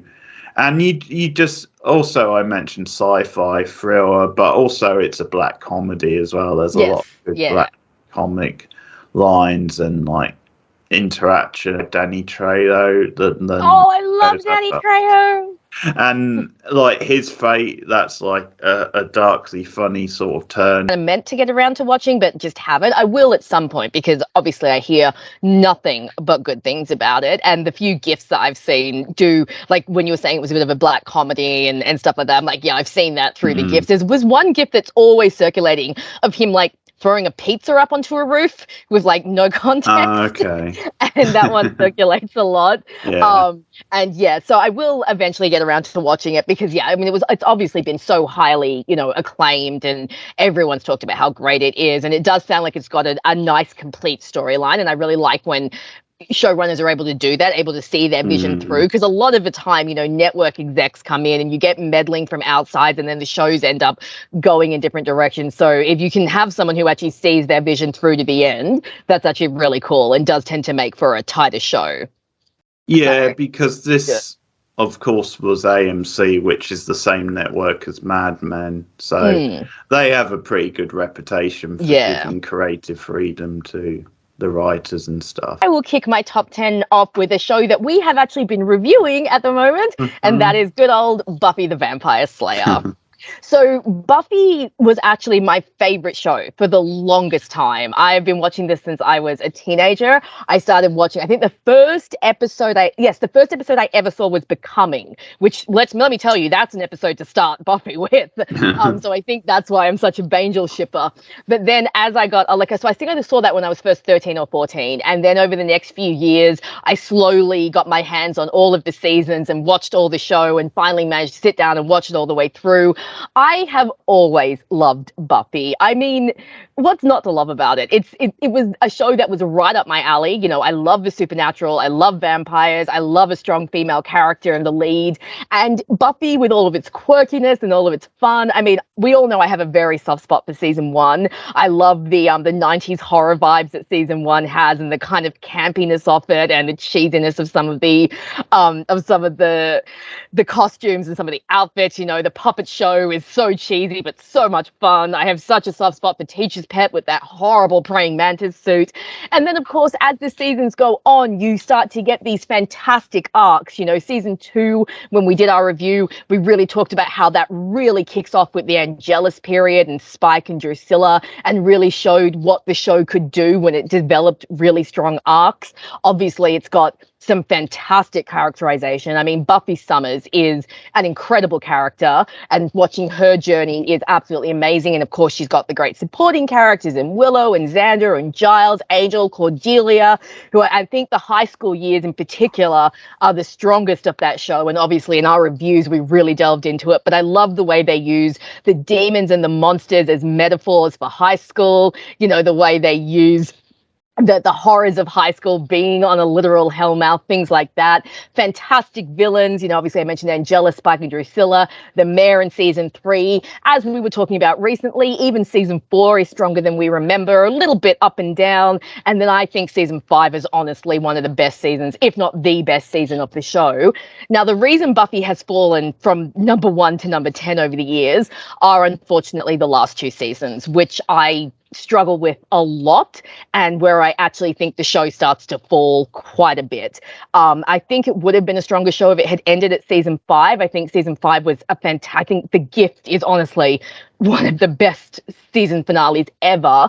And I think that season 6 and 7, and it'll be interesting when we get to them this time around because I haven't watched them in years, but I do think they are the weakest seasons of the show, and I do think they bring the show down quite a bit. Unfortunately for me as well, the Spuffy relationship and the damage that does to Buffy as a character also diminishes the show in my mind. And I think just over the years, there have just been other shows that have just come along that have just captured my heart, kind of the way that Buffy did back in the day. And so that's why it's kind of moved down the list. But it still has to be in the top 10 because it was my favorite show for so long. I have been watching it for over 20 years. I know it so well that even returning to it after a few years of not watching, I'm still able to recite whole episodes and remember, entire storylines. And, the characters, the dialogue, this has some of the funniest and freshest dialogue you'll come across. All of the pop culture references, which are done so well. And, the characters, the dynamics, we've talked about so much of this in our reviews, and we'll get into it as we keep going through the seasons. And it was really a trailblazer, Buffy. It really set the scenes for a lot of shows that came after it, Charmed, Roswell, all of that. They wouldn't have been there if it wasn't for Buffy. And I think it really also ushered in a new era of female heroines and seeing what we can do when we put female characters at the forefront. And like I said, Buffy Summers herself is such a great character. and is obviously an inspiration for other characters, like we both mentioned in Veronica Mars. You can see that Veronica is definitely based on Buffy. You know, she inspiration from that. So I think it being such a trailblazer of a show, I still love, you know, the first 5 seasons at the very least. I still love with all my heart. So that's kicking off my top 10. At number 10, Buffy the Vampire Slayer. Doesn't it? The fact that it's still as high as number 10 for you after like 20 plus years. Yeah. That's impressive. That shows it's got staying power. Runners of this golden generation of TV shows. So it's always worth saying that. So my number 10, it might be surprising to some people that I've got this show this high, but it just like speaks to me a lot. And that's quite a recent show. It is Orphan Black. That's my number 10. Okay. So, yeah. So this is a show I'm actually rewatching now, but it was a real surprise when I first watched it, just how compelling and engrossing it was to watch. In case you don't know the premise, because it is maybe one of the lesser known shows on the list, but like you have the character played by Tatiana Maslany, who at the start of the show, in the very first episode, witnesses a suicide on a train station, and it's a person who looks pretty much identical to her.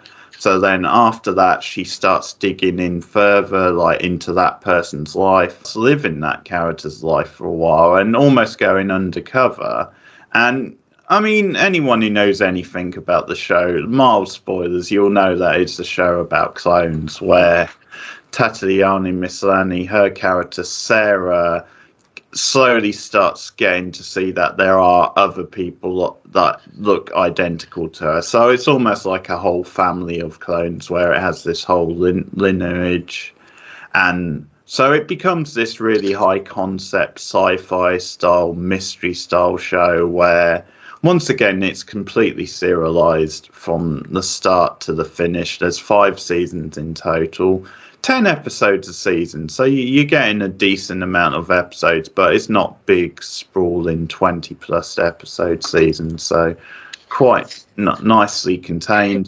Tatiana Maslany knocks it out the park. Like, this is a fantastic performance from her. A real calling card, and just to carry a show like this where you have to play 6 different versions of yourself takes a lot of skill, takes a lot of work rate, because that's the thing as well. Like, really, the characters she plays aren't that similar. They're all distinctly different. So you get like a nerd sort of scientist one, you get like a crazy eccentric religious one who's like Ukrainian, you get like a cop style one, you get like an uptight suburban housewife. So they're completely different to each other, and the show is a slow burn show. It probably would take a couple of episodes to really get into, but it's all the more satisfying for it as you see the mythology unfold and the mysteries and reveals. It's the sort of show that answers questions and then gives you new exciting questions to explore. And it's just really satisfying as like a slow burn thriller, as quite a trippy, surreal type show at times. There's some good action scenes in it. It's very diverse as well, the show, and it's very diverse when it comes to its sexuality as well. Yes, I've heard that, Because one of the main characters is like Sarah's brother, who's gay, and he has a big role in the show. And it's really progressive in that sense, where it doesn't really feel exploitative. It actually reverses the male gaze a lot of the time, which is really refreshing to see. But I know for some it doesn't really stick the landing. I think for some the first 2 seasons are really good, and then it falters. And I actually disagree with that. I think it's really consistent all the way through, and just keeps building the mythology in a really exciting way. Yeah. And another thing that I really like about it, and this is a core theme with a lot of my favourite shows, it's definitely a core theme with Buffy, but is the theme of family. And I think that's what you have with these clones, these dolls, if you like. Because actually, I think one of the sub like metaphors for the show is of outcasts, misfits. So I think there's this idea that these very different characters don't quite fit into society and the norms of society. Sarah can relate to are people who look identical to her, but who happen to be very different, like personality wise, different kind of family, because it's not necessarily the people you're brought up with. Because also Sarah and her brother Phoenix are like orphans as well, as the title suggests. Then there's another family of clones as well, you know, separate from them. But yeah, it's a lot of fun to watch. It's a really captivating show, and for me, I think it is very consistent over the 5 seasons, and probably underrated if anything. And it's of course created by the director of Ginger Snap, so that's another. Oh yes, that's right. Yes, we talked about that when we did our review. I remember you mentioning that. Yes. Yeah, so that's very cool. If you're a fan of that film, it's a good one to check out. So that's Orphan Black kicking off my top 10. Very nice. Again, a show I haven't watched. I think I did try to watch the pilot a few years ago, and I don't think I was in the right frame of mind because it wasn't sticking. But I definitely want to give it another go because the main actress, I've seen GIFs of all the different clones, and she really, even just from GIFs, you can tell that these are completely different characters, and she looks completely different in the roles. And it sounds like a lot of fun. Yeah, really interesting premise. How many seasons did that one run for? 5 seasons. Oh, that's a nice run. I think 5 seasons is a good one, and it comes to a satisfying end. I think so. I think, as I said, people do go off it a bit in general after the first couple, but I think it sticks the landing. Fine. This is a show I've literally never mentioned while we have chatted, and when you hear it, you're probably going to have a bit of a giggle, but I will explain why it's become one of my top 10 shows, and it is Netflix's The Babysitter's Club.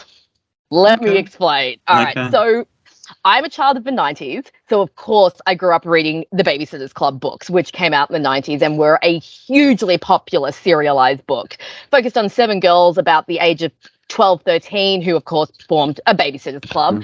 And each of the books would focus on one of the girls. It was one of those serialized books that you could basically just pick up any book and start reading it, and you could just jump in wherever it was. I loved the series as a kid, and there was a TV series that came out in the 90s, but because it was a 90s series, it was very, very basic. You know, it was kind of similar to the Goosebumps series. Very low budget, very basic, and not really that great. So a few years ago, Netflix announced that they were going to do a new and updated version of the Babysitter's Club.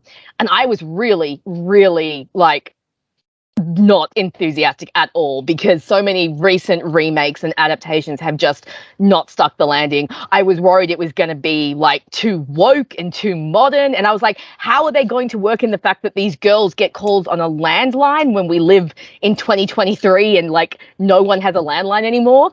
But then they released the series, and I was so pleasantly and amazingly surprised by how well they adapted this series.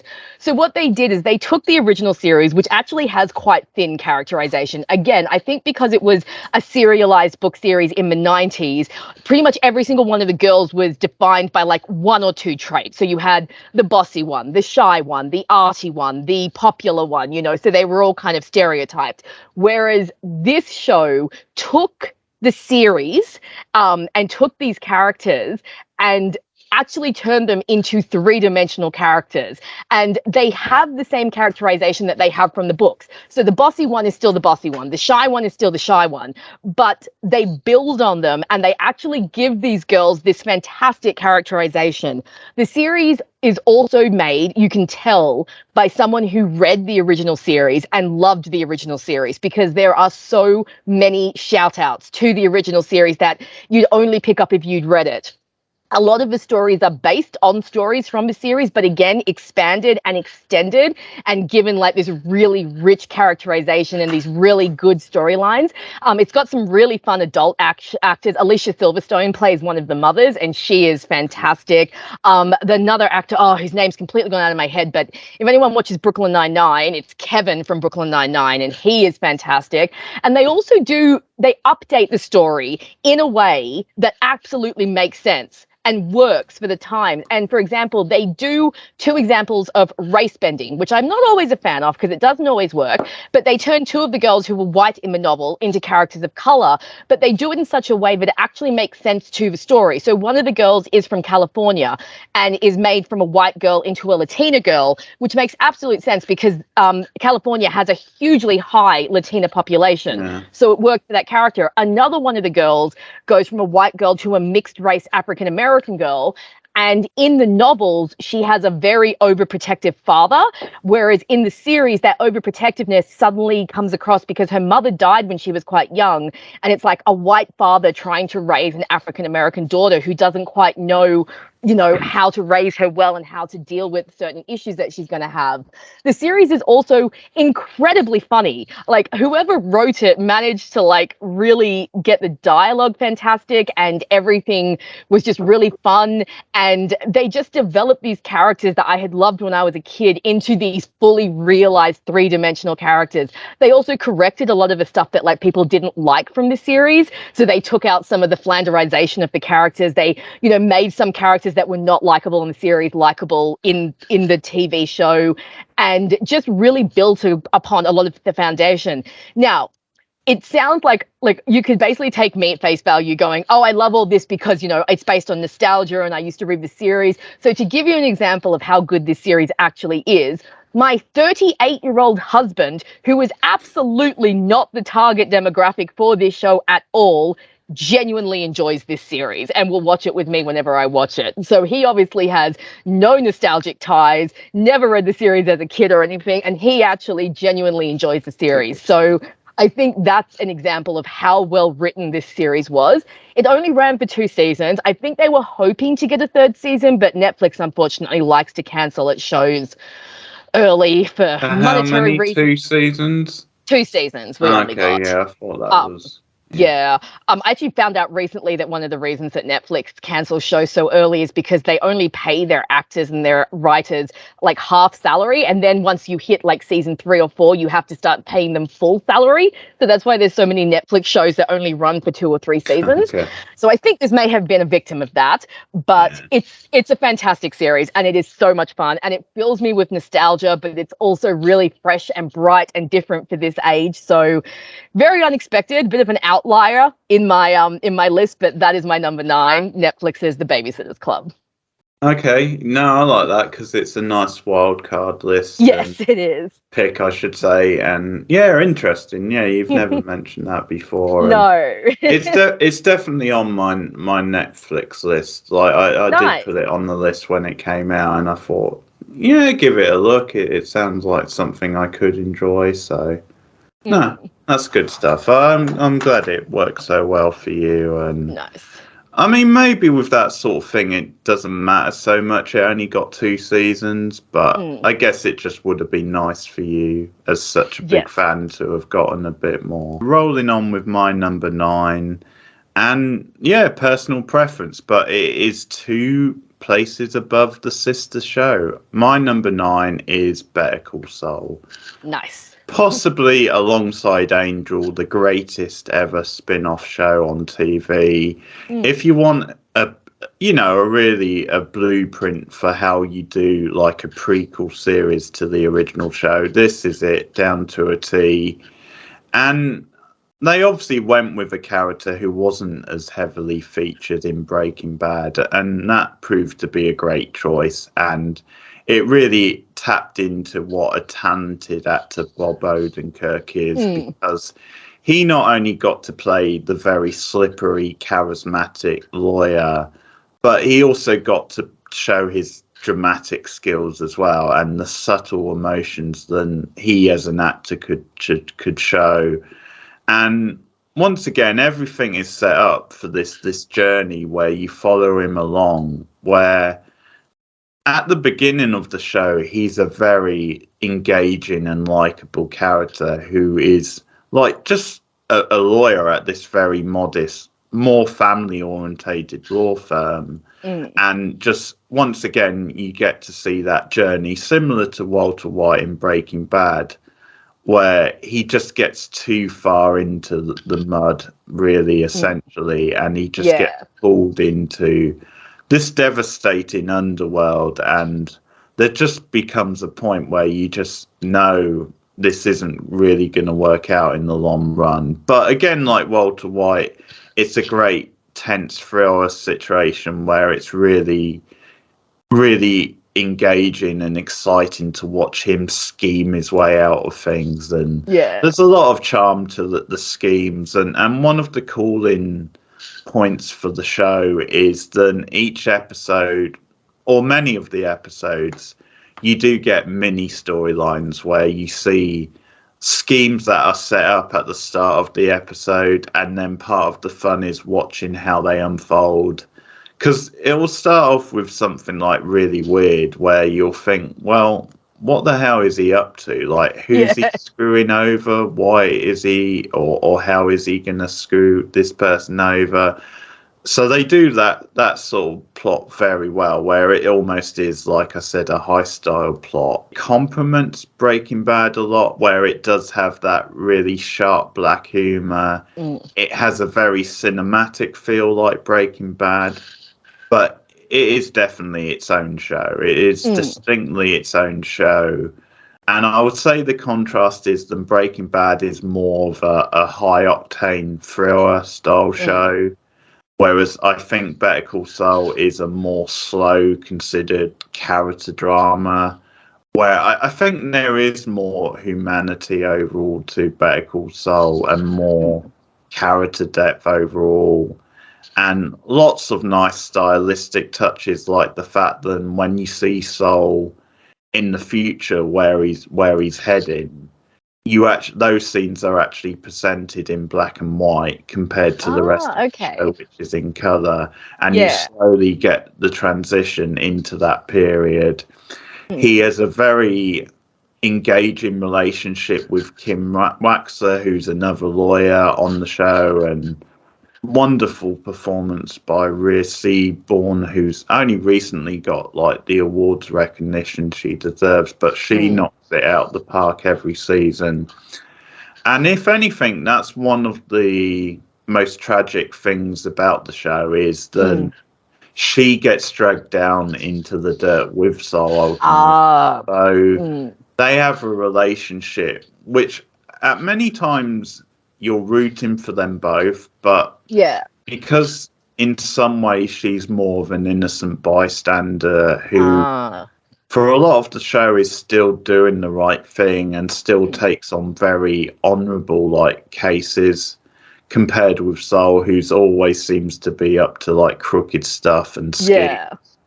Then it's just really hard and depressing to watch her being dragged into the dirt with him, is guessing what's going to happen to her, because she's obviously not in Breaking Bad. She's a new character for this show. So I didn't know that. You don't actually know what her fate's going to be. And ultimately, is she going to end up alive? Is she going to end up in prison? Is she going to stay with Saul for the rest of the show? The point of the end of Breaking Bad. So you do see a complete end for his character as well, which is really well handled in the final season.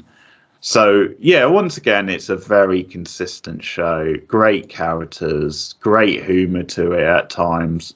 Wonderful guest stars like Ed Begley Jr. has a running role in it. Always a consistent character actor. And they bring back Mike from Breaking Bad, who arguably gets an even bigger role.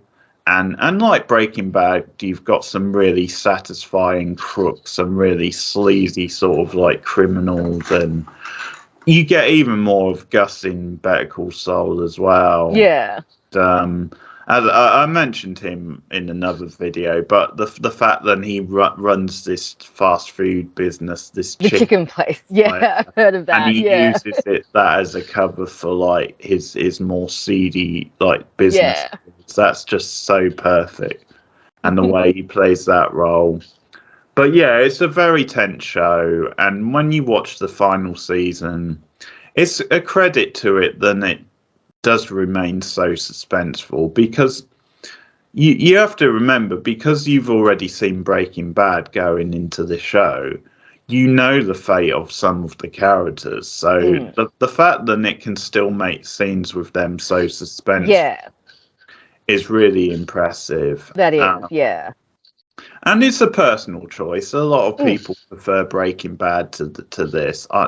I just think Soul is just a little bit more consistent as a show, and just has maybe the emotional touches of the characters and the hooks there maybe pull me in a little bit more than Breaking Bad. But there's no doubt you are talking about two of the best shows of all time, and two of the most consistent shows of all time. And a bit like with the Buffyverse, with Angel and Buffy as shows, it just adds to the universe of both shows to see that expanded on in both shows.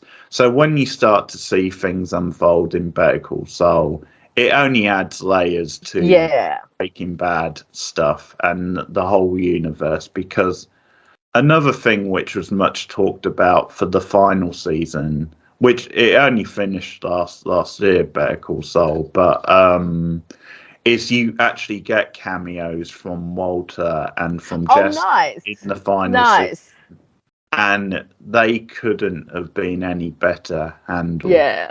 Because there was a bit of trepidation, because some people thought, well, they've already had their complete stories on the other show, and do you really want to see them again? But they actually nailed that, what they did with those characters. Nice. It felt like a worthwhile cameo style appearances. So yeah, highly recommend Better Call Saul. My number 9. It's always cool when a spin-off is as good or even better than the original, and it sounds like this one, it was really good. Again, another one that I've heard nothing but good things about, and people have actually recommended it to me. So eventually I'll have to watch both it and Breaking Bad and see what I make of both shows. But yeah, I've heard that this one is a really strong series, and the two lead actors look really good, and like they've got really great chemistry, which always helps. So very cool. Yeah. All right. So my number 8, we're going back to sitcoms for me. And this is my favorite sitcom of all time. And I have talked about this before. It's a bit of nostalgia and also a bit of a fetish for the decade that it's set in. And that is the good old That 70s Show. So I have watched this show since I was a teenager. It was one of the earliest sitcoms that I watched because the teens were like, I started watching it when I was a similar age to the kids in the show. And I mean, I love the 70s. I've talked about that before. I have a real thing for that decade. So any kind of media set in that decade will immediately piqued my interest. So an entire show set in that decade was like, oh, yes, please. But I think with that 70s show, first of all, it's got really fun characters and really fun actors. And the actors that they got on the show, some of them might not be the best actors outside of the show, but they're fantastic in it. For example, Ashton Kutcher as Michael Kelso is one of the best pieces of casting ever. He is hilarious. And then you've got Topher Grace as the main character, Eric, who is kind of like a Chandler Bing type character, very deadpan, very snarky, kind of a bit of an underdog. And Topher Grace just has this perfect deadpan delivery that just works every time. Laura Prepon and Mila Kunis are both fantastic as the main female characters, and their friendship is hilarious and so much fun. And then you've got Red and Kitty Foreman, who are two of my favorite TV parents ever. Red Foreman played by Kurtwood Smith, who usually plays these kind of hard-ass characters.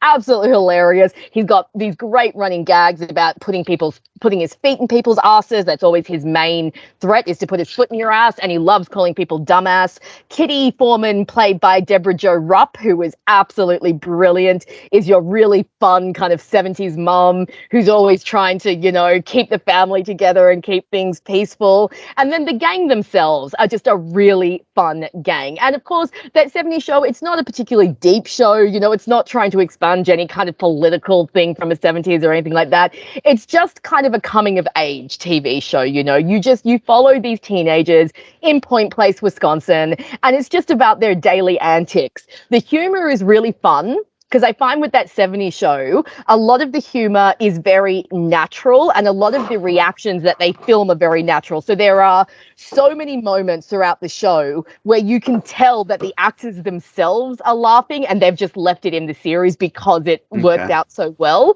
And it's just fantastic. It's got some of the funniest drug humor you'll ever come across with The Circle, which is obviously them smoking marijuana. And they do it in a very subtle way where you never actually see the joint, but you know what they're getting up to.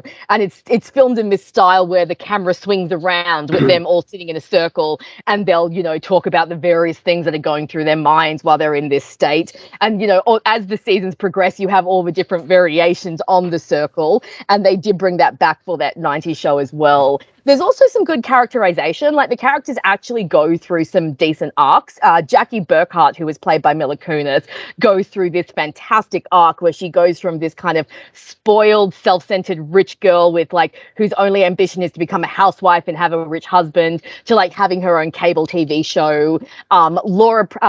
Eric and Donna, their relationship is the cutest thing ever because it's very much a very typical teenage relationship. So you see them have their awkward first kiss, their awkward first date, their awkward first time, and then they go through some very believable issues like what's going to happen after high school. They have different views for their future. You know, they have a breakup and then they come back together. There are some things that haven't aged that well, but by the same token, some of the stuff that seems like it hasn't aged is actually because the show is set in the 70s. So you have to remember that it is reflecting a bit of the sexism, a bit of the racism that was around at that time. But it's got a lot of really fun references. It leans on the decade without being like over, like you don't feel like it's throwing the 70s at you. You just feel like, yes, this is set in the 70s. It's got the references, the movies. There's a great episode where the boys go to see Star Wars for the first time and become completely obsessed with A New Hope, you know. So you've got things like that. And there are some fun guest appearances from some 70s stars. One of the main characters' mothers is played by a former Charlie's Angel. You have some old rockers come. They have Paul Anka. They have Alice Cooper. Okay. They have a few others that pop up here and there. The later seasons did get a little bit wonky, and pretty much the entire fandom as a whole ignores the last season because it's just crap. It was one of those things where season 7 was supposed to be the last season, and then the network went, nope, we want to get more money out of you. We're going to renew you for a final season. And by that point, Topher Grace had left, Ashton Kutcher had left, and so it's just the final season you just really don't watch. But the rest of the show is so much fun, and it's one of those sitcoms that I can just throw on at any time and kind of just get into because it's so easygoing and it's so much fun.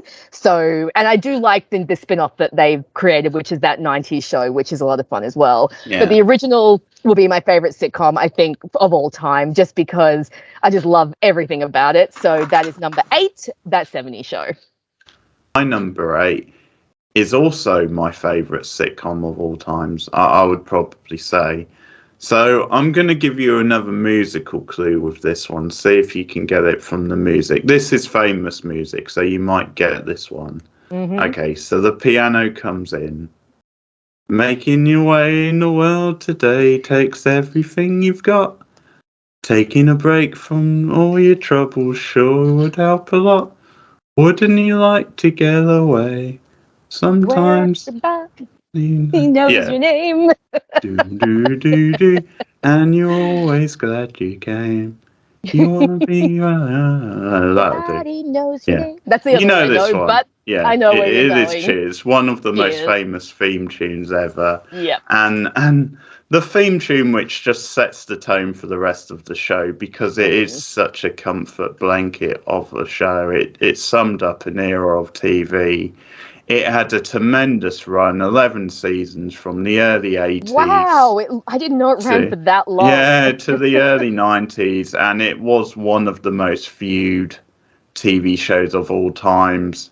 I found out recently that actually the finale was viewed in like a big stadium in Canada, so it was a really massive event. A bit like the Seinfeld finale I mentioned earlier, but Cheers finally going off the air was such a big deal. And it just became a staple of TV for the time, where like everybody pretty much related to those characters, and it was just lightning in the bottle because they used such a common setting as like a bar, and it just felt like your classic everyday local bar, and that's what made it so relatable.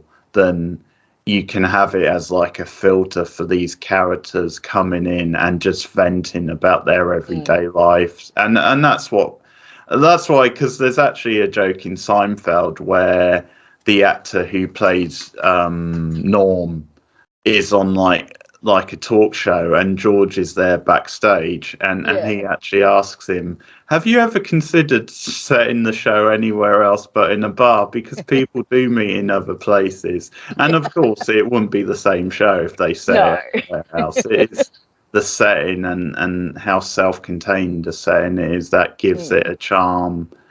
But yeah, it's one of the most consistent shows of all time.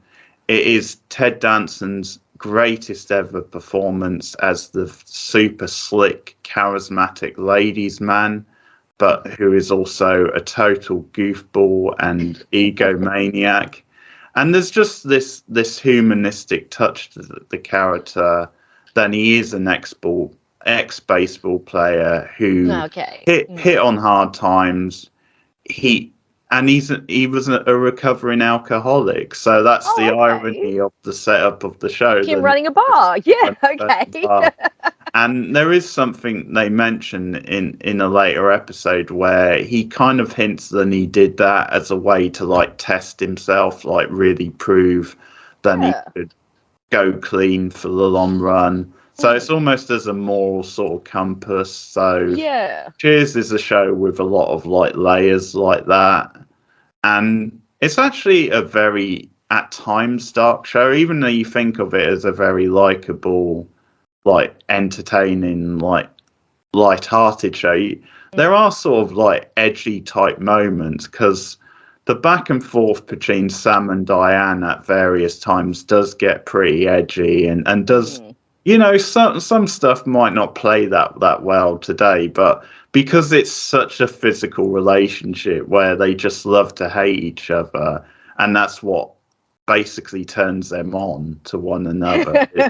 There's stuff in there that just wouldn't get past the censors today. So I've seen some clips. Like I've seen some fight where they're yelling at each other, and he's like, "Oh, I ought to bounce you off the walls," and then she's all like, "Are you as turned on him as I am?" And he's like, "More." And so I was like, "Yeah, I've seen that dynamic."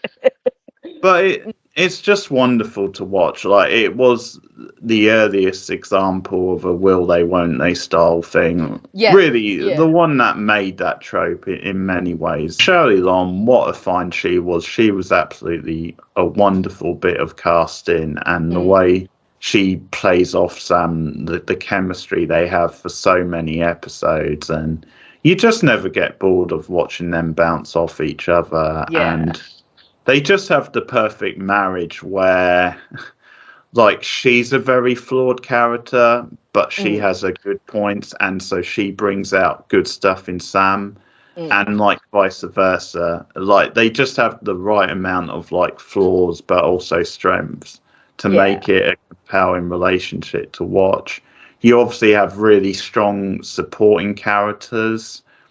I think it was ahead of its time in the way you had really strong women and really diverse women.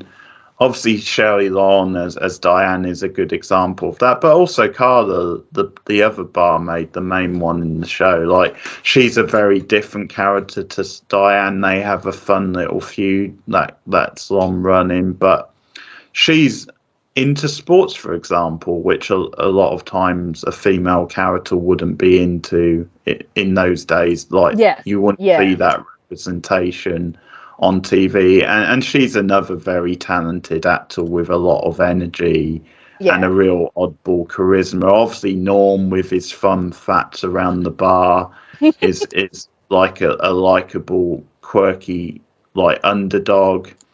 Norm is a staple of the show, that really the heart of the show in many ways. The fact that he enters and they all shout his name. And as Sam like rolls him a beer along the bar, he has a different like line every time.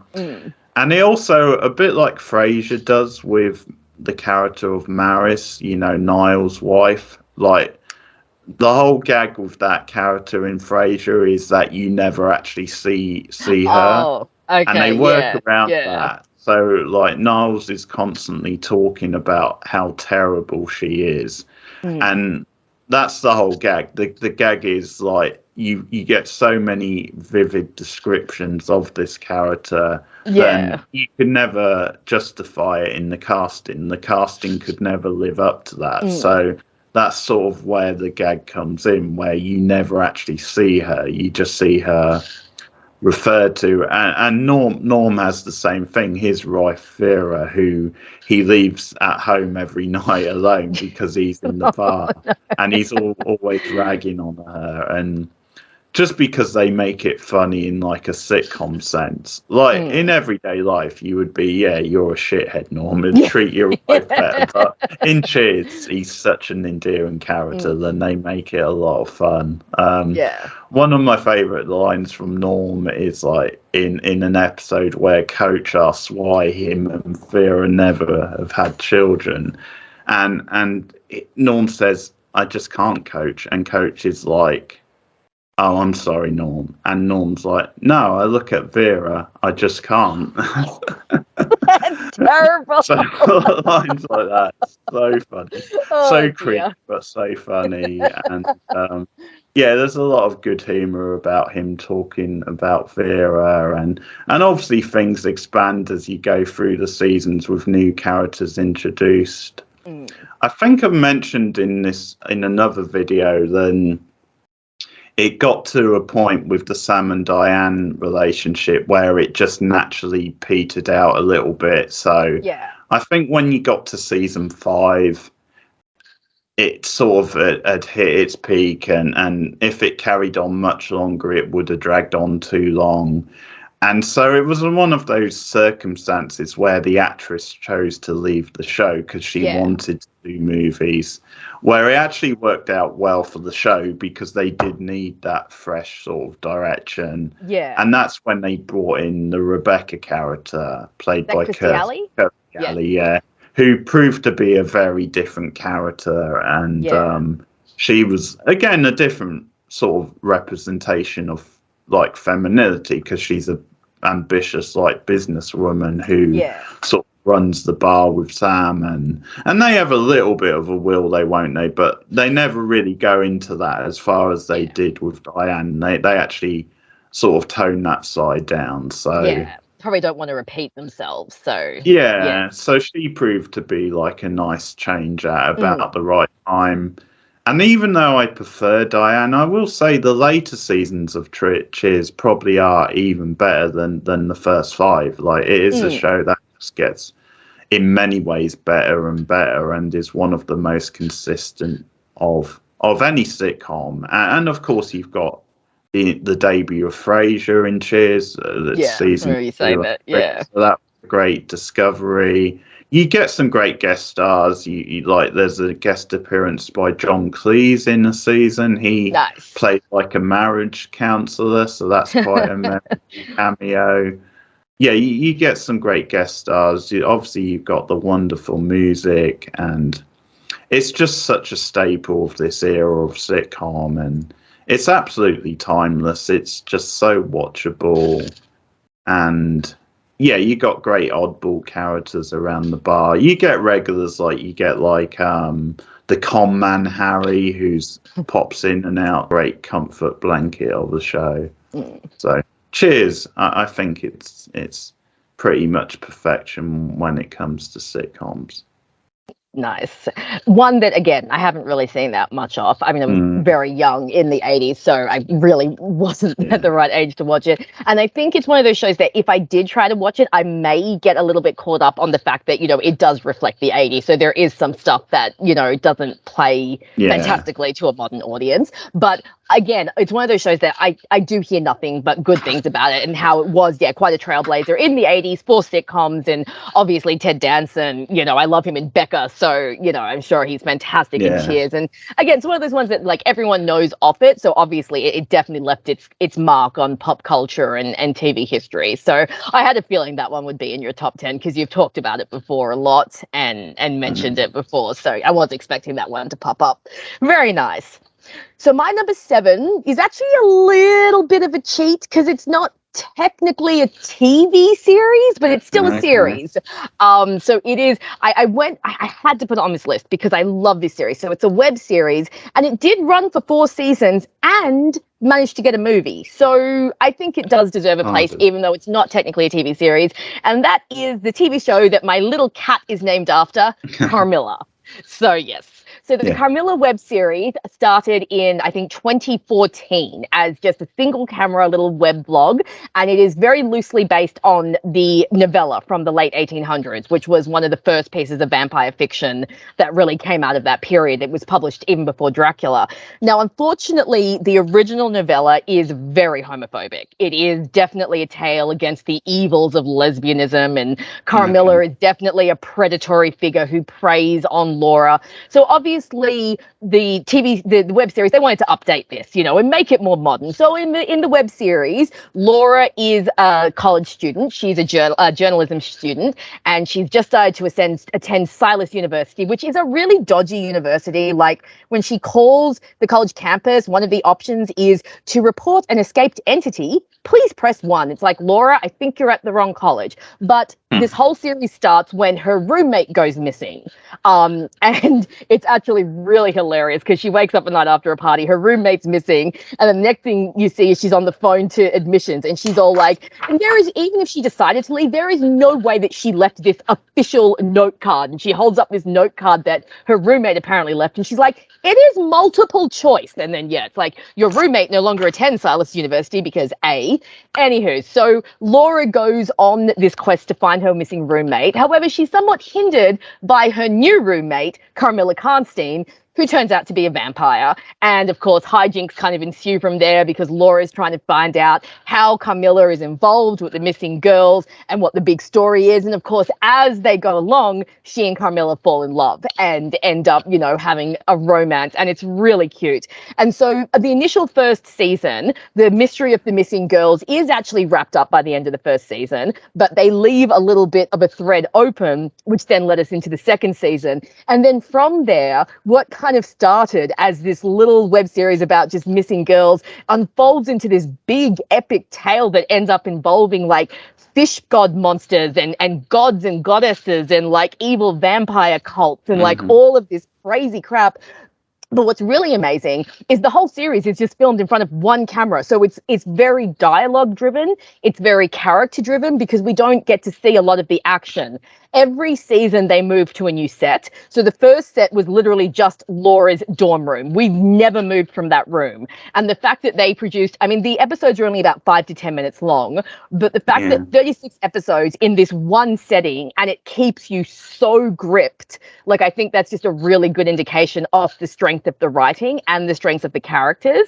Season 2, they film in a different setting. And then by season 3, that's right, they did a season 0, which is the 4th season, kind of a bonus season. Okay. But by season 3, they had gained a big enough audience and had gotten a big enough budget that they were able to build their own set. And the entire fandom was so like keen to see this new set and everything.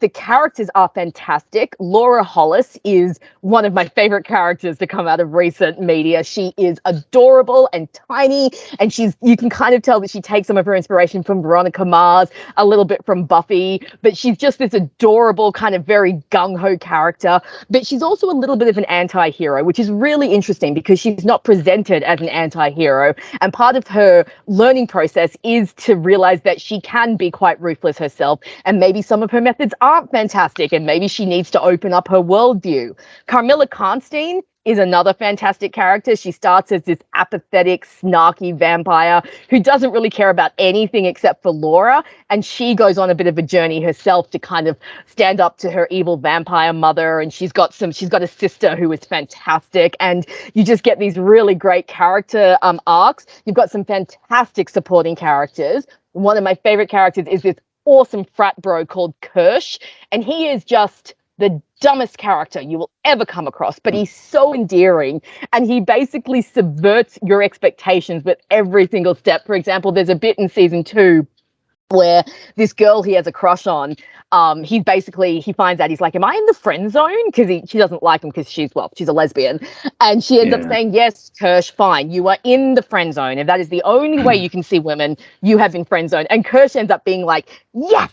And she's like, are you happy about this? And he's like, of course I am. He's like, I mean, yeah, I totally want more, but if you don't like me that way, I'd love to just be your friend. So, you have all these subversions. Okay. It's fantastic. And in the 3rd season, we get a beautiful guest appearance from, and I always forget his name, so I'm just going to go with Keith Mars. So his actor turns up in season 3. He plays Laura's dad, Papa Hollis, the entire fandom calls him, and he is absolutely fantastic. His first appearance is jumping in on Laura, who's being attacked by 2 vampires, and spraying the vampires in the face with bear spray. It's awesome. And they're just, so yes, it's just, the series is just so much fun. Characters are so much fun. By season 3, we actually get to a little bit of action. There's actually a little bit of an action scene, and we actually move between sets. And then, we ended up getting a movie, and the movie ended up being a little bit of a loose adaptation of the original novella. And we actually got to get these great, like, gothic flashbacks. We actually got to get Carmilla with fangs, which we'd all wanted since season 1. And it was just fantastic. So I think the fact that this series went from, like, this single camera little web vlog series and grew to be big enough that it got 4 seasons and a movie, I think really speaks to the quality of it. And I would highly recommend that everyone go and watch it, because it is just so funny, full of great pop culture references, fantastic dialogue, fantastic characters, and a really fun storyline that actually keeps you really quite gripped. So all the seasons are on YouTube, people, so go and watch them because it's fantastic. So that's my number 7, the Carmilla web series. Little bit of a cheat, but I had to put it in here. Okay.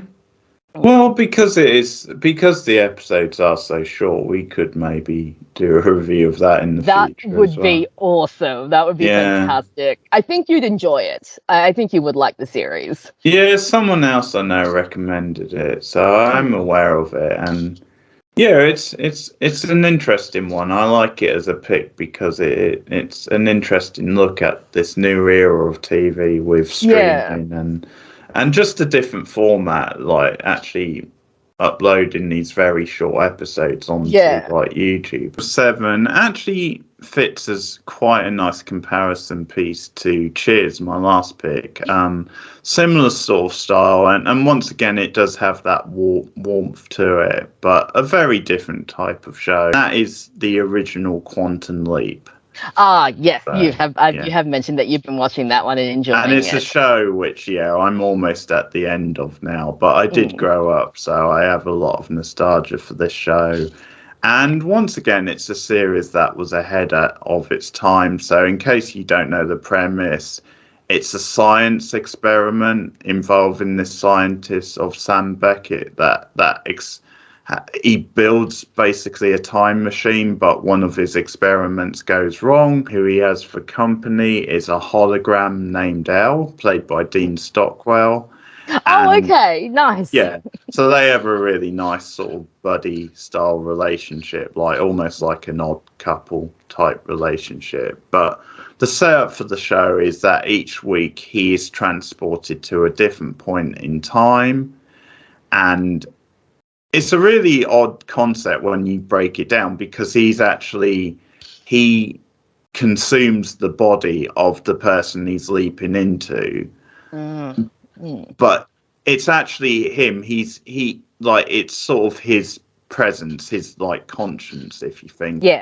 And it has Sam's physicality, but to the other people in the world, it is the other person that he's leaped into.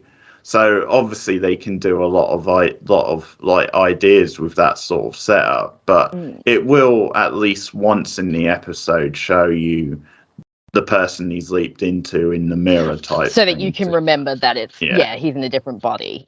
But Al is like in hologram form, and he has this really quirky device he nicknames Siggy, which he types information into. It makes some quirky electronic style noise, and slowly throughout the episode you get more and more information about why Sam's there. So there's a reason why he's leaped into each person, and he has to solve a riddle, a mystery, and he has to change something in history which went bad originally, so he has to put that right. So it's a classic TV setup, a classic case of the week setup, but really ahead of its time because it allows them opportunities to explore big issues of the time. So because it started in 89, the series, it had a 5-season run. It means that it tends to jump back to the past. So it tends to jump back to like the 60s, 70s, maybe early 80s as well. It generally jumps back to those sorts of decades.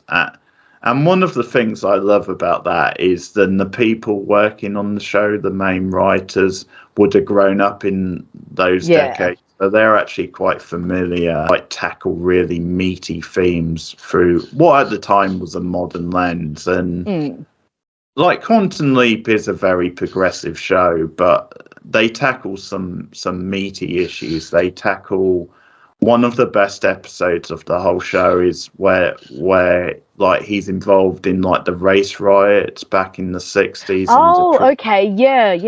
And that is a very powerful, very tense episode. I would imagine so. Yeah, there's a couple of episodes where partly for comedic value he jumps into the body of a woman, but they obviously do different things with that. There's some episodes where you hear them on paper, you think, oh no, this is going to be bad taste. But they're normally really brilliant, and they actually do something very interesting with them. So, like, there's a couple of episodes actually, where he leaps into a mentally challenged kid, like teenager. And they actually do those episodes in a surprisingly sensitive way. That's good. Another example where they just use the setup as a way to explore like different ideas is there's an episode which should be really goofy where he actually leaps into like a chimpanzee. But he's like a chimpanzee that's being trained. Well, not exactly trained, but like used to test like as astronauts, like the test. And what they do is they actually use it as like a critique of the way animals are sometimes treated. So that's what they do with it. So they actually do something that's really interesting with it. Like he gets to play like a blind guy in one episode. There's things on like race relations, segregations. And I think because he's a character from the future where things are a little bit more progressive, then that's sort of the meat and the hook of the show. Also, it just feels like a great pastiche of many like genres and eras where so there's an episode early on in the show that's like a film noir style, so that's very one cool. of my favorite episodes. You obviously get like screwball romantic comedy type episodes. You get a horror theme like haunted house style episode. But one of the best things about it is that it definitely, for what was a product of its time, in some ways where it is like very much case of the week and it has a network style feel to it and the production values of a network show for the time, is it actually does play with its formula a lot, and it explores different sides. Sam get emotionally involved with a lover, like when technically it's not him. Ah, yes. And should he actually sleep with a woman? Like, is that sensible? Is that morally correct? So they actually do like broach that subject, slip and get emotionally involved when maybe he shouldn't. But him and Al are such a great like double act, because Al, again, a character maybe of the time where he is a bit of a womanizer, but because it's Dean Stockwell, he's just so charming, and it just becomes a bit of a regular gag where he's always talking about his ex-wives, and when there's a scenario, he's always saying about, well, I think it was my fourth ex-wife. This person reminds me of that, of her. And so that becomes a running gag. But they have fantastic chemistry and are like the heart of the show. And a little bit like I was talking about with Orphan Black earlier, the performance from Scott Bakula as Sam is just some of the best acting you'll see on TV, because he plays so many different characters and is just so compelling to watch.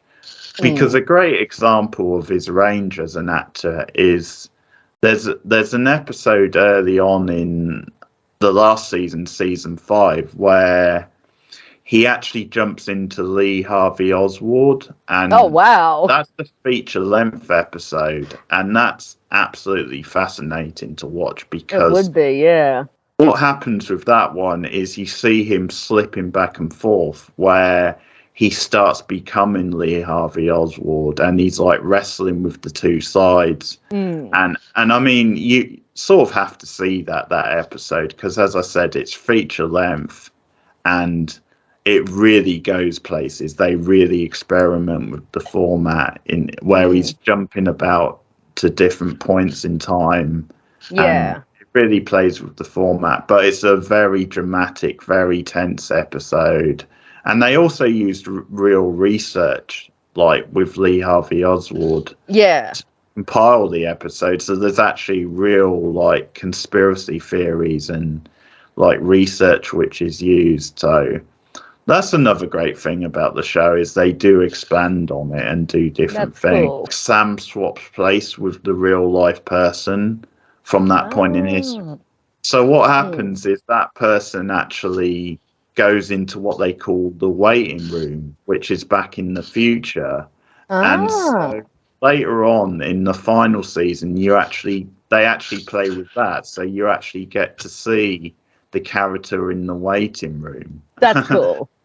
Back in in the future, and there's actually an episode where the character escapes the waiting room. And that creates a problem, because Al has to go and get him, try and get him back, because for Sam to complete the task and leap to the next thing, like that person has to be in the waiting room so they can swap back. So I really like the way they play with that stuff as a theme tune. The theme tune is one of my favourite of all TV. It's Mike Post, once again, who, of course, did the Law and Order theme tune. Nice. He also did that's so iconic, that thing. Absolutely. He also did the Rockford Files, that theme tune. He also did the A-Team, so he's got real credit to theme tunes. So another great theme tune for him. And again, a bit like I was talking about before, every time I watch an episode of Quantum Leap, I watch the credits, because I've just got to watch. It's such a great credit sequence where they flick through different years. They see Sam kissing different girls in different eras, and just they do a compilation of different episodes, and you got the theme music going. It's one of my favourite opening title sequences. Once again, like some of the stuff we were talking about with Cheers, because we're talking about a show which is over 30 years old at this point, there are dated elements. There's some episodes where you can tell it is sort of written from a middle age man perspective. But also they do have female writers on the show, and they do have some more progressive feminist style episodes as well that are written by female writers. So you've got to put it in that context. It wasn't anything like it on TV during this time, and a lot of great guest stars like Jennifer Aniston pops up in an episode. Oh wow! Must be a very young Jennifer Aniston. Pre-Leprechaun days. Pre-Friends, yeah. She's in the final season. Yeah, you get a lot of fame. Like Roddy McDowell's in an episode. You also get, I mentioned to you, like Marcy Cross. Yes. Marcy Cross is in Yes, and I said that was kind of cool because he guest stars in the final season of Desperate Housewives, and he's linked to Brie's character. So that's actually kind of cool. So yeah, really great like cast list and guest stars. So Quantum Leap is my number 7. I've had an absolute blast rewatching it in recent months and highly recommend it. Very cool. Another one that I think I was a little too young to watch when it was actually airing, but I obviously have heard about it, and I probably will check it out at some point in time, because it does sound like a really interesting concept and a fun TV show to watch. So, but I remember you talking about how you've been rewatching it and really enjoying it. So that's really cool that revisiting it gives you the same feeling as when you watched it when you were younger. Yeah, I think that's a lot to it, but I think you would enjoy it because I think you would get into some of the ideas, some of the way it explores history, and there's a lot of good comedy in it, a lot of good gags as well to keep it quite lighthearted, but it definitely has a mix of things. 6 is a more recent TV show, only came out in the last couple of years, but I have absolutely just fallen head over heels for this show. Cannot get enough of it. I've talked about it a little bit before, but my number 6 is the completely unhinged and almost completely historically inaccurate The Great. So The Great is a Hulu original, started airing a few years ago, stars Elle Fanning as Catherine the Great, and as it says in its title card, it is an occasionally true story. So it basically takes the story of Catherine the Great and just has a lot of fun with it. So you start with, Catherine coming to Russia to marry Peter the Third and finding out that he is a complete and utter wanker. Played by Nick Holt. He is fantastic as this kind of himbo character who is just a complete idiot, and yet he runs this country. So of course this is the very vague story of her overthrowing him and becoming Catherine the Great herself. Now obviously with this series they speed everything up. In reality I'm pretty sure Catherine and Peter were married for like 20 years before she actually overthrew him, and they had like a bunch of kids and stuff like that, whereas in this show she overthrows him very early, and then it's very much about like her reign and what happens there. It is a completely unhinged show. Like, it is one of the most unhinged shows I have watched in recent history. Some of the plot lines in this show, like, if you say them out loud, it's like, what even, like, there's an episode which is literally about an alligator, no, a crocodile that is loose at court, and everyone keeps seeing it and doesn't know what it is, and they think it's an omen of doom coming, or some winged lizard from like the Bible come to like wreak havoc on them all. And I mean, there's a logical explanation for why it's at court, but you don't find that out until the end of the episode. Yeah, sure. And there's just so much bizarreness in it and so much kind of black humor, and because it's set in Russia in the 1700s. So, of course, there's a lot of commentary on what it was like for Russians. But I mean, not that Russia's the greatest country these days either, but, particularly back then, you've got the serfs and you've got the riots that are happening, the hunger that's happening. They do some really good dark humor in this show. They actually know how to do rape jokes, which are very, very hard to do, but this show actually knows how to do them properly.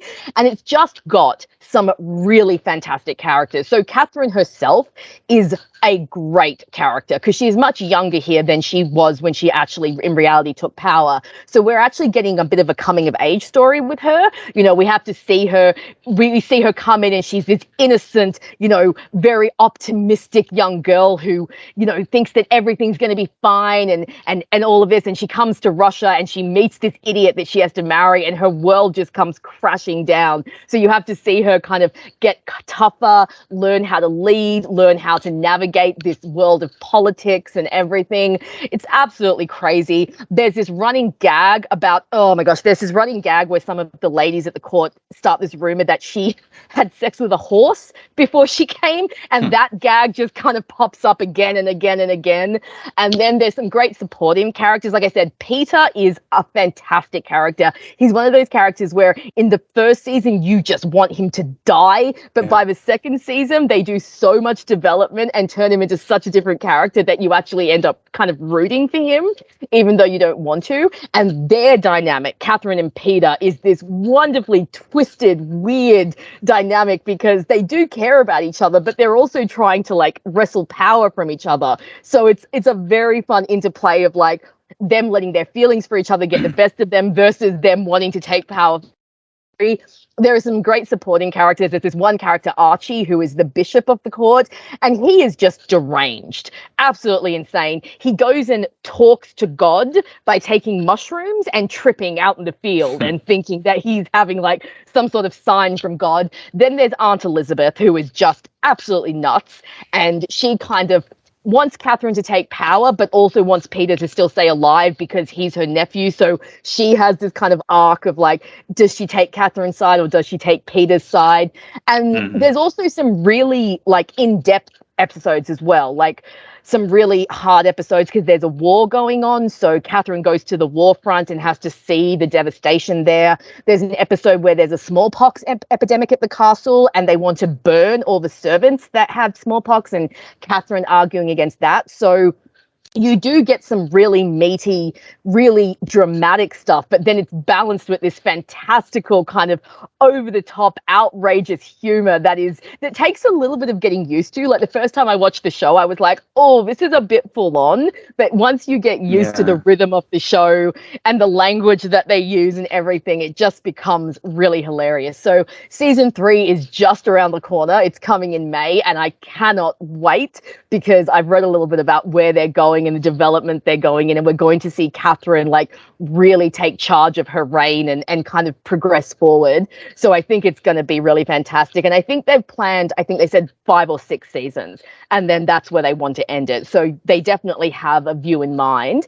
And I think given that it's on a streaming service, I don't think they'll get too much interference, from outside sources. So I think this show will hopefully play out in a really fun way, but I would highly recommend it to anyone because it's just fantastic, and it's so absurd, and it's so unhinged and so over the top, and I just have, like I said, it's just absolutely stolen my heart.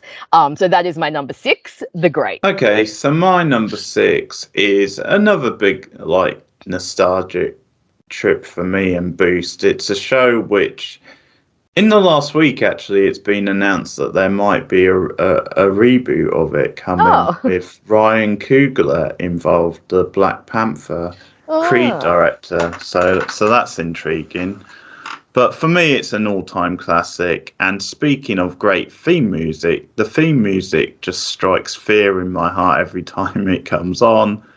That is the X-Files. Nice. I had a feeling. Tales of Fox Mulder, Dana Scully, this endearing partnership.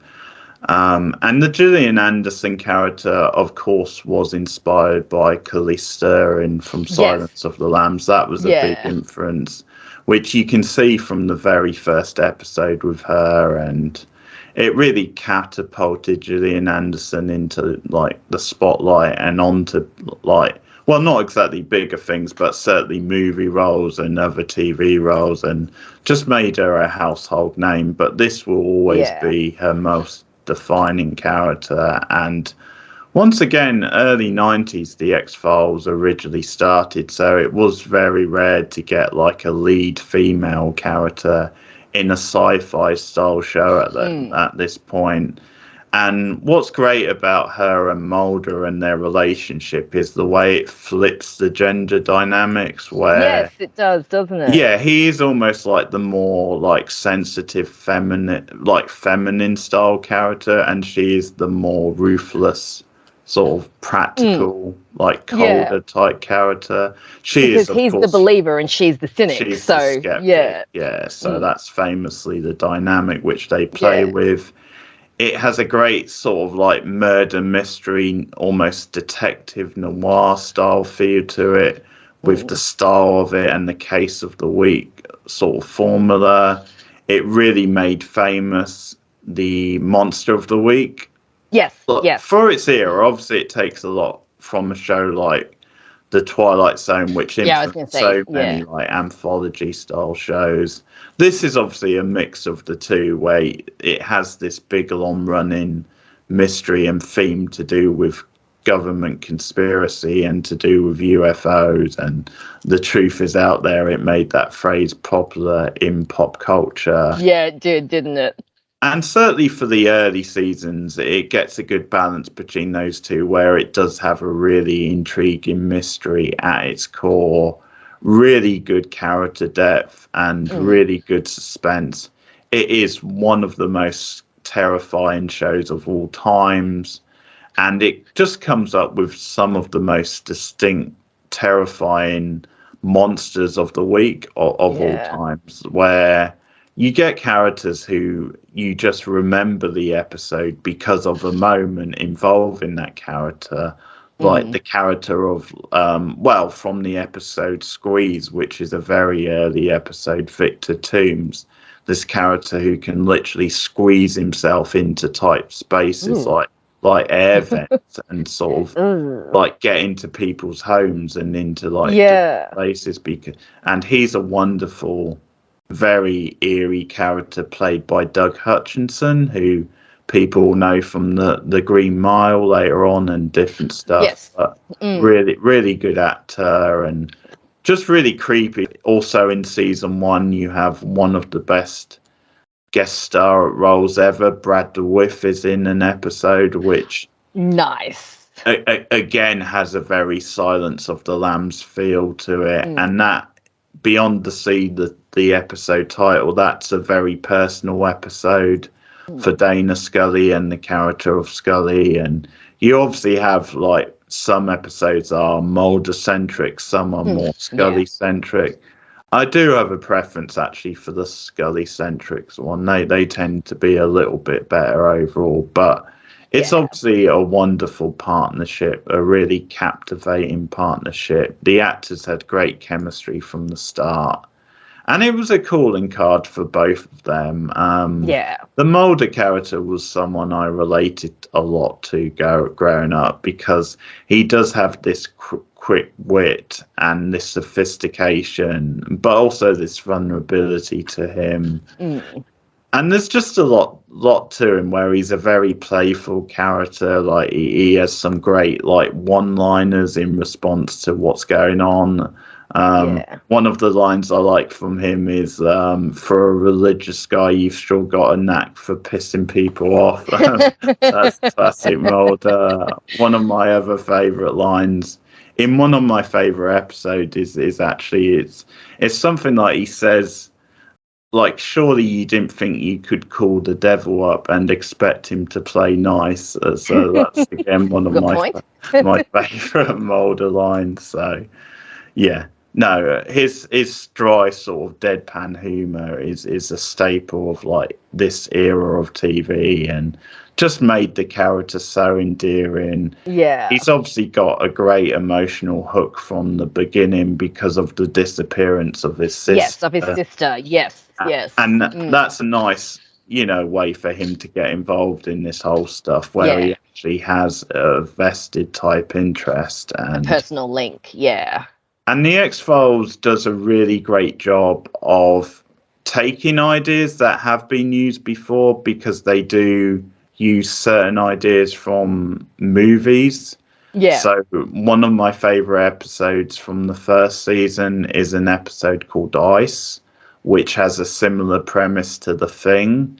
Oh, okay. And it's a very good episode, but they use it and do their own thing with it. So it's that sort of happy medium, and really good guest stars in that. You've got Sandra Berkeley, you've got Felicity Hoffman. So again, a show with really good guest stars. Yeah. Like a mini movie every week. That's part of its appeal.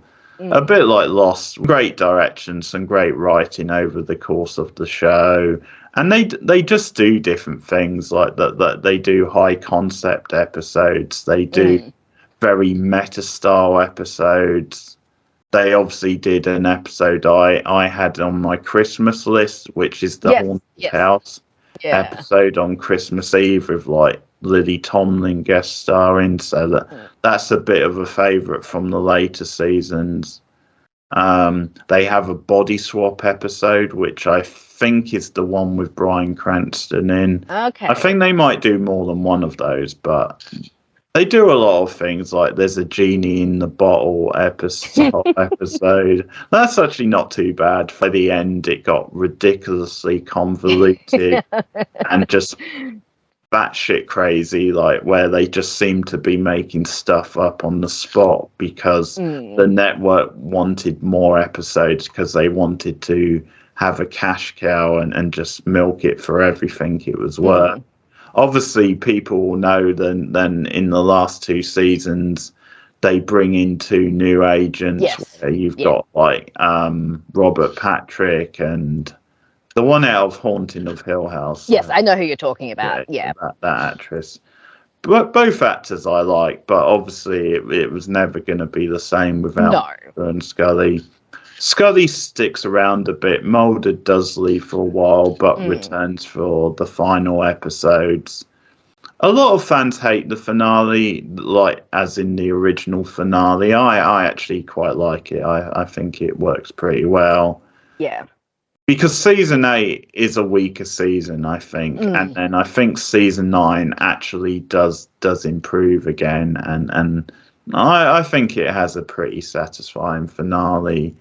But the point I was making is I do accept all the flaws with it. I accept that it went on for too long and got too convoluted. Because unlike Buffy, if you compare it to a show like Buffy, I think Buffy actually has really good long-form storytelling and arcs, where it's like the monster of the weeks that are a bit more up and down. X-Files, it's the reverse. It's the monster of the weeks that really makes it. And early on, it definitely had some good arcs and stuff, but it just got, as I said, too convoluted. Yeah. But I just accept those flaws, and I still love it as a show. And I think ultimately that's what fandom is, where you can accept that there's these flaws and you can talk about them, but it doesn't change the fact that I grew up on this show. It doesn't change the fact that so much of it speaks to me, and I still find it so rewatchable all these years later. So that's why for me it belongs on this list, and it belongs so high on the list. So that is the X-Files. Very nice. My best friend would approve. She is a massive X-Files fan. Like, I remember when we were in high school, it was like her favorite TV show. And like, I haven't watched all of it, but she introduced me to it because I didn't really watch it that much when I was younger. But yeah, watching some of the episodes that I have seen have all been really fun. And Mulder and Scully are such a great dynamic. And David and Gillian have such great chemistry. And because the ones that I've watched have mostly been the early seasons, it's mostly been the Monster of the Week stuff that I've seen, and I agree with you. Like, some of the stuff is truly terrifying and so well done and a lot of fun. And I think they definitely had a lot of fun with that show. It's really funny because the show actually has a trope named after it, which is the Chris Carter effect, and it's basically to explain when any show starts to get a little bit convoluted and goes a little bit too long and has a little bit too many storylines, because unfortunately it did start here. But no, it is a show that I will definitely sit down and watch in its entirety one day.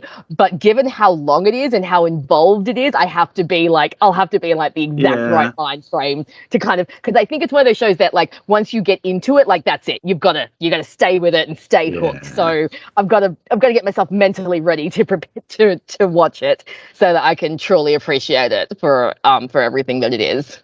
Yeah, like I would definitely say like up to about season 5, maybe 6 is like the peak of the show. Yeah. Personally, season 3 is my favourite season, but I also think season 4 is very strong. Most of the episodes are based on real life cases or myths or Oh, like that's cool. I things like that were stuff put like out that. there. So they do actually Yeah. use that. And I've got a book actually that explains a lot of the stories behind the That's myth. cool. Film. 5 is a crossover. So one that you have already had on your list, but it's obviously much higher on my list, and that is the wonderful Mad Men. So I only watched Mad Men for the first time a few years ago, but I absolutely fell in love with it. I mean, you covered a lot of it when you talked about it. Such a well-written show. Really started at the ushering in of kind of like the golden age of television. Fantastic characters. I honestly think that Mad Men, if I were to pick a show for like best characterization, I'd probably give it to Mad Men, because the characters on this show are some of the richest characters I've ever come across. And I think because Mad Men is such a character driven show, like it's not really driven by plot, it's more driven by these characters and their arcs. Donald Draper has become one of my favorite characters of all time. And that says a lot, because male characters usually don't end up on my favorite character list. But something about that character, I mean, just watching him, you can go from feeling so sorry for him and wanting to help him to wanting to punch him in the face because he's such an idiot, to like admiring the fact that he's so suave and so smooth, to thinking, oh my God, you don't know how to run a business. Like just the fact that he has so many sides to him. Obviously his past, which I won't give away just in case people haven't seen it, but you know, when you get to learn about his past and how he grew up and where he came from, and you get the explanations for why he is the way he is, and you know, it just gives you such great depth. You didn't mention in your one, but I have to mention the character of Pete Campbell, who is just fantastic. I mean, I'd only seen Vincent Kartheiser in Angel before, where he doesn't have a lot of room to, you know, grow as an actor, but as Pete Campbell, I just thought he was fantastic. And that's another character who undergoes a lot of growth and a huge arc on that show. And I think his arc actually does it parallels very nicely with Peggy. I feel like those two kind of have a whole kind of like coming of age in the workplace, you know, the two of them in their careers and moving forward. As you said, Peggy Olson is just such a fantastic character, and so great for like that period of time, and to see how women struggled in the workplace and how they really had to fight tooth and nail to get where they did, as opposed to the men who could very much, you know, kind of sail through it. And I like how you see the difference between her and the male copywriters, you know, and how she's treated differently to them, and the things that she has to fight, you know, with by being a woman. I think Joan is one of the best characters ever. And I relate a lot to Joan in terms of her body type and what it means to go through the world as a more curvy woman, and the sexualization that you experience versus like people actually wanting to know your personality. So Joan as a character was very close to my heart, and I really identified with her. And I think even like all the supporting characters, Roger is one of my Roger's just fantastic. Such a great example of like a rich, privileged white male in 60s, you know, America. Like he's just the epitome of white privilege. And John Slattery is so much fun in that role. I also love, and you touched on this when you were talking about it, but I do love how the 60s themselves, the decade, is almost treated as a character. Like you really get to see how turbulent that decade was. You get to see the civil rights movement. You get to see the, you know, the JFK assassination, the Martin Luther King assassination, the women's rights movement. So you really, I think the 60s, I mean, every decade has their own personality and has its own identity, but I think the 60s was a very turbulent decade. And obviously America had a lot of upheaval during the 60s. And I think that Mad Men really reflects that really well. I mean, it shows the highs as well. You know, you see the moon landing and things like that, but it also shows the lows of the decade. And it's just such a fantastic series. Another one where I love the theme song. I think the theme is fantastic. I never skip the Mad Men theme song. I always watch that. And yeah, just a great series overall. I mean, you covered a lot of it, and I just absolutely fell in love with it. And it is one of those ones that when I sit down to binge it, I just get so sucked into it and just completely immerse myself. And I agree. I think the finale is very good. And I think, like you said, that final shot is fantastic for Don's character and where he is at that point in the series and the journey that he's gone on. So that's my number 5, Mad Men. show I'm sure you've not heard of, Rachel. It's a show called Buffy the Slayer of the Vampires, to quote a character from season 7. Now, what's that about? Never heard of it. Yes, some not obscure familiar at German all. show. I'm sure you've not heard of it. So, as Rachel mentioned earlier, we are covering Buffy at the moment. We're up to season 4. We're doing season-long reviews, so you can expect the season 5 review very soon. And it was such a revelation at the time. It was a very progressive, female-led show, and a calling card for Sarah Michelle Gellar. Absolutely. Now, I do want to say, because it's very murky at the moment because of the stuff that's come out for Josh Whedon, and I think generally speaking, it's best to just focus on the show and enjoy the show, and absolutely. But it is worth saying how well it still holds up all these years later, and how you can give Whedon as an artist a lot of credit for his vision. And even though, like, in real life it turns out he's not the greatest guy, it's still a very progressive show even today. And it's very much a collaborative show as well. There's a lot of talented writers and directors who worked on Buffy. The casting goes a long way in the show, how you have this family of characters that really gel off each other and spark off each other so well. It was a little bit of a slow burn, but like you, I think there is a charm to that first season, even though it's not the best of seasons, but it does have a certain, like, cheesy monster of the week charm to it. Yeah. The Master being a great example of a very basic style, campy vampire. But then as you move through the show, it has these very memorable big bads who show, like, different sides of evils, very different depictions.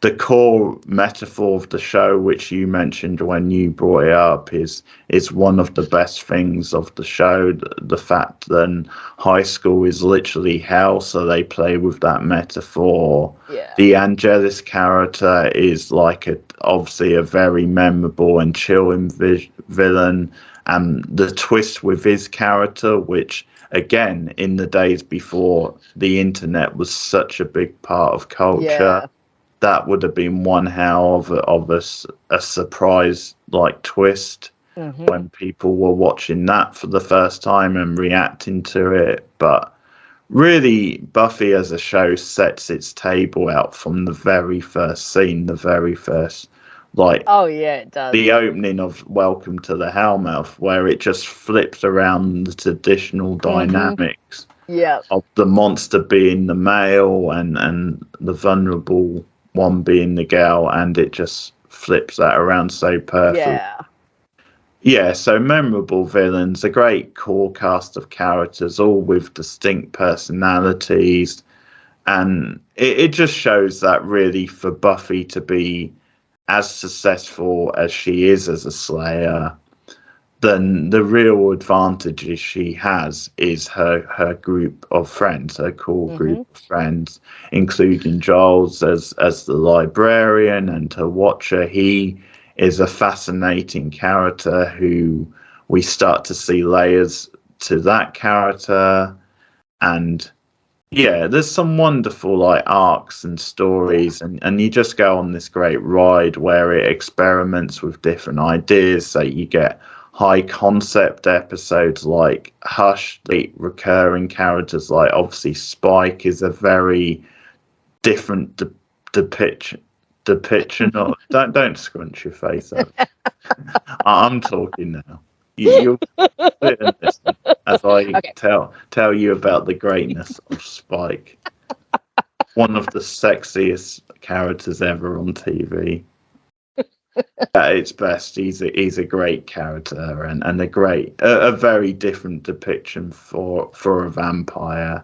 And that's something which Buffy did, is that it moved the genre into the future and did different things with it. I think it's underrated because there's certain shows which have come since. And this is a point we mentioned when we talked about that recent top 100 Yes. Rolling Stones list, where I think sometimes there's still a sexism when it comes to these lists. Definitely. Some of the picks being very like male centered, and sometimes Buffy gets overlooked, and I agree. But what I like about Buffy is that it's such a cult favorite, and the people who love it really love it, and the people who love it have grown up on it, and they still rewatch it so much today, and I mean, I'm an example. Exactly. So they still get the same level of enjoyment today as they did all those years later. Shows we're watching now, you can say they're great shows and everything, and you could even argue they're a better show than Buffy, but we have to wait with some of these shows whether in years to come we'll rewatch them and say, this is every bit as good as when I first watched it. Yeah, exactly. Before, we have another crossover, another one that you've already had on your list that is much higher on mine, and that is good old Lost.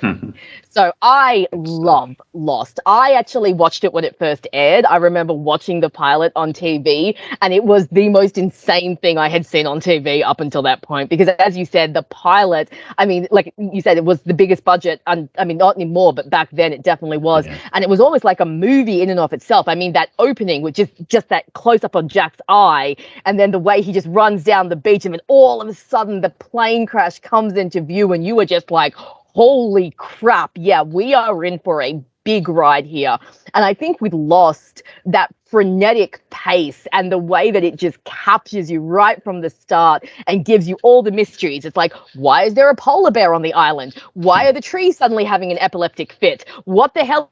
Monster that keeps making a noise, like you have all these questions right from like the very first episode, so it really knows how to grab you. Like you said, the characters on this show, absolutely fantastic. Two of my favorite characters in the whole world come from the show, James Sawyer Ford and the beautiful Juliet Burke, who is an angel and can do no wrong and deserved so much better.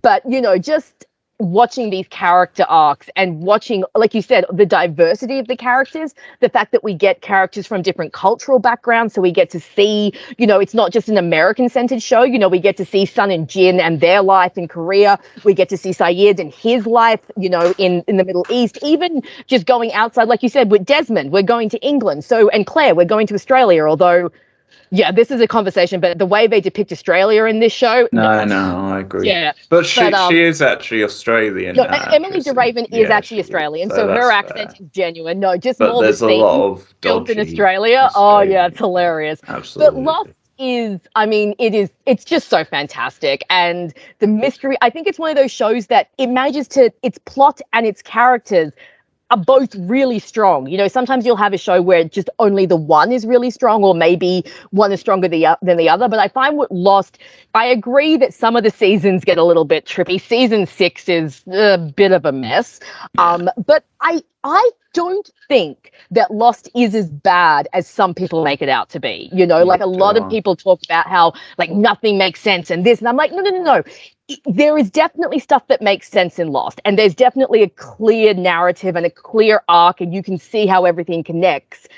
But it does have some threads that don't obviously get answered. And I think, unfortunately, that just happens when you have a show this big and a show that has this many characters and this many plot points. But I definitely think it's a tighter show than most people give it credit for.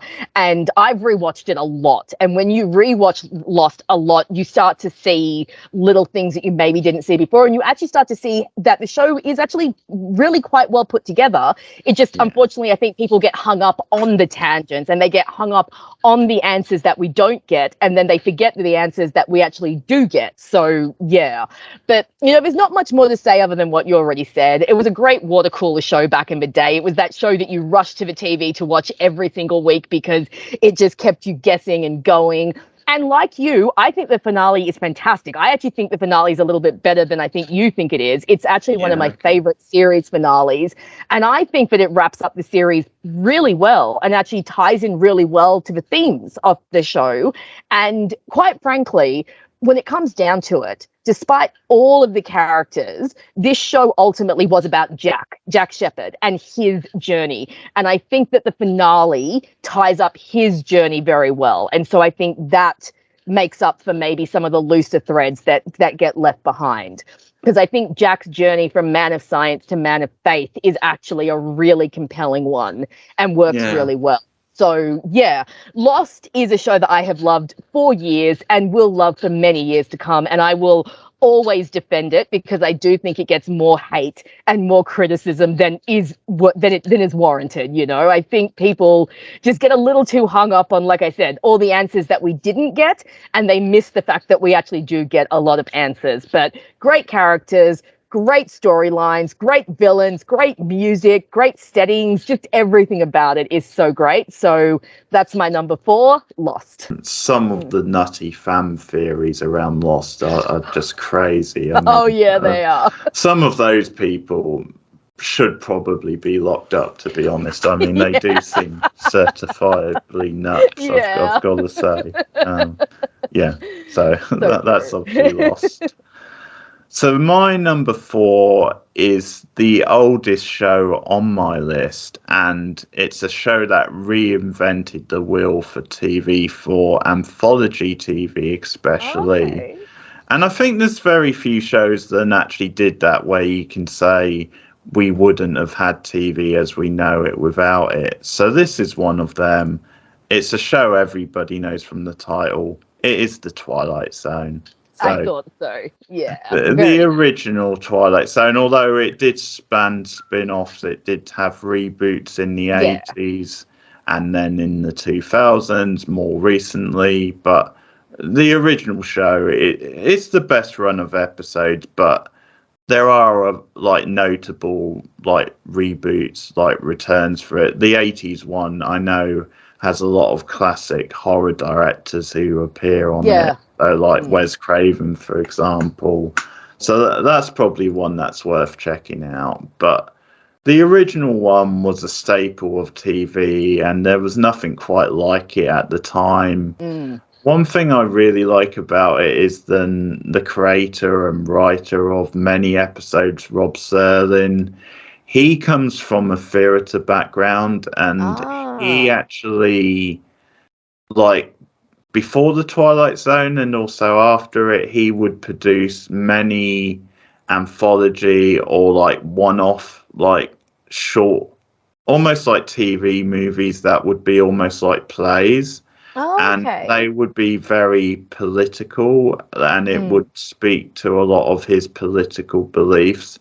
And that's something he uses in The Twilight Zone, where he will have these fantastical stories, but he'll use them to explore themes like communism, for example, and a lot of the politics of the era, and the early days of capitalism. And it just invented many of the tropes, which maybe nowadays seem more cliche because they've been reused so often. But for example, it has it was really the first notable thing to have that idea of first of all, a narrator at the start of every episode, like Rob Serling, who is this classy middle class guy in a suit, but who just has these really distinct opening monologues where if they weren't there, it just wouldn't feel like The Twilight Zone. And he has a classic turn of phrase, and he obviously has that great line where he'll say, such and such only can exist in the universe. In the Twilight Zone. Yeah. It's absolutely brilliant. Obviously, you did a bit of the music. It's such a haunting, eerie bit of music. So again, one of the great intros of all times. And it influenced other music, because the Doctor Who theme, for example, it's very similar to the Twilight Zone theme. So I'm convinced they took inspiration. And the X-Files theme. I was going to say the X-Files theme, definitely. So that's an example where they took that from the Twilight Zone and almost did their own version of it. So once again, the music was ahead of its time. And just many of the ideas of the show, and just things that have been reused since, but no, like many times nowhere near as good, where they just feel like quite lazy retreads. But it made the anthology format on TV a really like commercial mainstream format. Yeah. And it led to so many shows in the future, like Star Trek and like the Law and Order, the procedural type shows, or just really other quirky, oddball anthology style shows like The X-Files. Yeah. And various other like weird sci-fi. You also had The Outer Limits, which was also in the 60s, which is another famous anthology series. Sterling did his other like shows that were quite similar, but you also have like a really fine cast of characters, like guest stars, like William Shatner was in a couple of Twilight Zone episodes. You also have like Meredith Brooks, who was in 3 episodes. He was in one of the best episodes of the whole show, like Time Enough at Last, which is the episode where his whole life it's set in a post-apocalyptic type setting, and his big love is books, and that's all he has. And the very end of that episode is just devastating, because his glass is smashed at the end of the episode, and that's the whole thing, because it is essentially the end of time, the end of days. He can't get new glasses, so he can't read, which is the only thing he has in the world. So it's one of those famous like gotcha style endings. Yeah. As I said, it just uses a lot, and it made original a lot of tropes. And it really does, in some episode, tackle some really edgy themes to do with like racism and bigotry and. Well, given the time it was made in. Yeah, it sort of does fit the era. Like Dennis Hopper guest stars in an episode that involves like a Nazi style plot. So, but he's a scary dude. He really is. But yeah. So some great stories. Once again, anthologies. So some episodes are weaker, but it's a very consistent watch, a timeless show, and TV wouldn't be the same without the Twilight Zone. Loving the 2000s revival, because that one was actually really quite good. It had some really fun episodes that really lent into the fact that it was being produced in the 2000s. And that one, I think, was narrated by Lawrence. No, what's his name? Martin Lawrence or something? Lawrence Fishburne? I think that one. Yeah, and that was quite good. I have to say, though, I did not like Jordan Peele's most recent Twilight Zone. That was terrible. It was so pretentious. Like, so pretentious. And just, it had 1 or 2 good episodes, but for the most part, no, I did not like it. But no, the original is really good. But yeah, the 2000s one, I actually really quite liked. So I'll definitely have to go back and watch the full of the original. And yeah, the 2000s had a sequel to one of the original episodes, the Cornfield episode. So it actually brings back the actor from that episode to be in this episode. Nice. So that was kind of cool. Stuff. So it's a Canadian show that came out in the early 2000s that I have mentioned before, and I've said that I would like you to watch at some point in time. Stephen introduced it to me only a couple of years ago, and that is Avatar: The Last Airbender. So this show is fantastic. Like, I am so happy that Stephen made me watch this, because it is so good. So this was produced by Nickelodeon in the early 2000s. Only has 3 seasons, and the premise is it's set in this world where there are 4 nations, which are based on the 4 elements: air, earth, fire, water. And in each of these nations, you have people called benders, so they can control these elements. The Avatar is this big figure who can control all the elements. So they are primarily a firebender or an airbender. So that's their primary bending, but then they can conquer the other four benders. And this series takes place 100 years after the Fire Nation decided to start a war with the rest of the world, and the Avatar actually disappeared. And then our main characters, these two kids, Katara and Sokka, they're water tribe kids, and Katara is a waterbender. They find the Avatar frozen in a block of ice, and he's a 12-year-old kid called Aang, and he is the last airbender, hence Avatar, the last airbender, because when the Fire Nation started the war, they wiped out the air nomads because they knew that the next Avatar would be an airbender and they didn't want him to come and save the world. And so basically the entire story is Aang and Katara and Sokka preparing Aang to go and fight the Fire Lord to basically win the war. But it's 3 seasons worth of character growth and arcs to get these characters to where they need to go, and especially to get Aang to the point that he can become the fully realized Avatar, conquer all the different bendings, and defeat the Fire Lord. And along the way, you have an opposing force in Prince Zuko, who is the banished prince from the Fire Nation, who basically disgraced himself, and you find out how, and it's just terrible. And he is basically trying to hunt the Avatar because he thinks that by getting the Avatar, he can regain like his status and his honor and won't be banished anymore. And Zuko has a fantastic arc. And basically, as we go along, we have some standalone episodes, which is basically, the kids getting to hijinks and the usual stuff that you'd have in a kid's show. But you also get these incredibly deep character-driven episodes because all of these kids are basically child soldiers, and they all have these incredibly tragic pasts filled with, war and losing their parents. Aang, of course, being a survivor of genocide, has to deal with the fact that his entire nation are wiped out and he doesn't have access to his people anymore. And with every season is named after the element that Aang is learning. So you have book 1 is water, book 2 is earth, and book 3 is fire.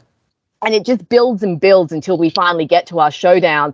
But what is so great about Avatar is, again, the characters. The characters are so rich and so just deep. And Aang as a character is like just this fantastic little 12-year-old who just has this huge responsibility on his shoulders, and to see him like struggle with that and kind of maintain his optimism through that. Katara and Sokka are fantastic characters as well. Sokka was actually my original favorite character. He's a little bit of the Xander of the group, he's a little bit, he's not a bender, and he sometimes feels a little bit, like insecure, and he's always cracking all the jokes and is a bit of an idiot at first. And over time you get introduced to more characters, and we end up with another villain called Azula, who is Zuko's sister, and she is completely unhinged, but she's like one of the best villains ever.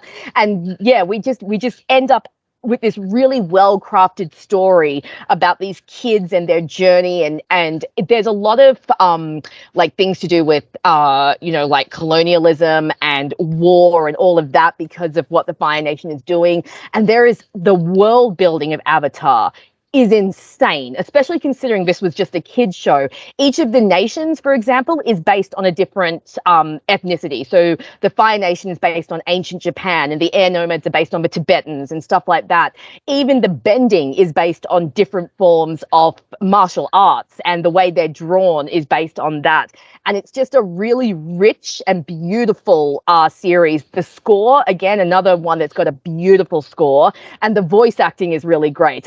It's got Jason Isaacs playing one of the bad guys in the first season, and that's really cool. Okay. And Mark Hamill is the voice of the big bad Fire Lord, so that's a lot of fun. And Dante Brasco, aka Rufio from Hook, is Zuko, and he's really popular. So yeah, so it's just a really great series, really rich, really fun, and really surprisingly deep for a kid's show. Now, no one watch the live action movie by M. Night Shyamalan, okay? That was a travesty. The original Avatar: The Last Airbender is my number 3, and I would highly recommend it to everyone. Number 3 is The West Wing. Nice. Yes, you have spoken about that one before.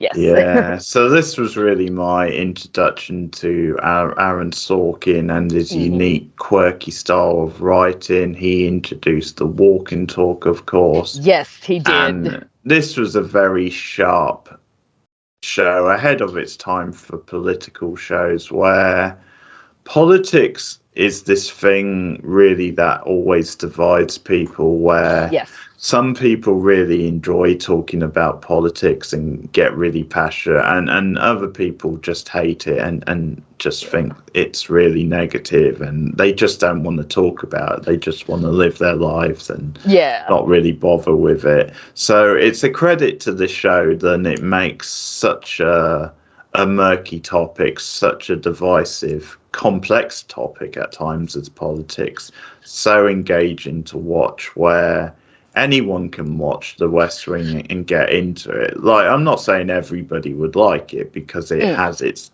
style, and like any other show, not everybody's going to like it, but it definitely makes politics a lot more accessible to people who don't like politics. I think because you have a likable cast of characters, because you have this classic sort of screwball style of comedy and the delivery, and you follow these characters on their journey, on their various arcs, and it makes, you know, politicians heroic and courageous. And it was at a time in America where they were having a crisis politically, which probably means it's due a reboot, I've got to say. But it's true. That is sort of partly why it existed in the first place, is then America did need a reappraisal of politics. It did need something to give them some hope, something to say, actually, there are good politicians out there fighting the good fight. And regardless of your views on politics, regardless of if you are cynical and want to say they're all self-serving and selfless, at the end of the day, as a drama, as a piece of TV, you will watch it and feel swept up in it. You will feel compelled by these characters. And it definitely points out the flaws of those characters as well. Like even as Democrats, even as a show which is written by someone who is left-leaning, Sorkin gets a lot of stick for being quite preachy, and that's just part of his style, really.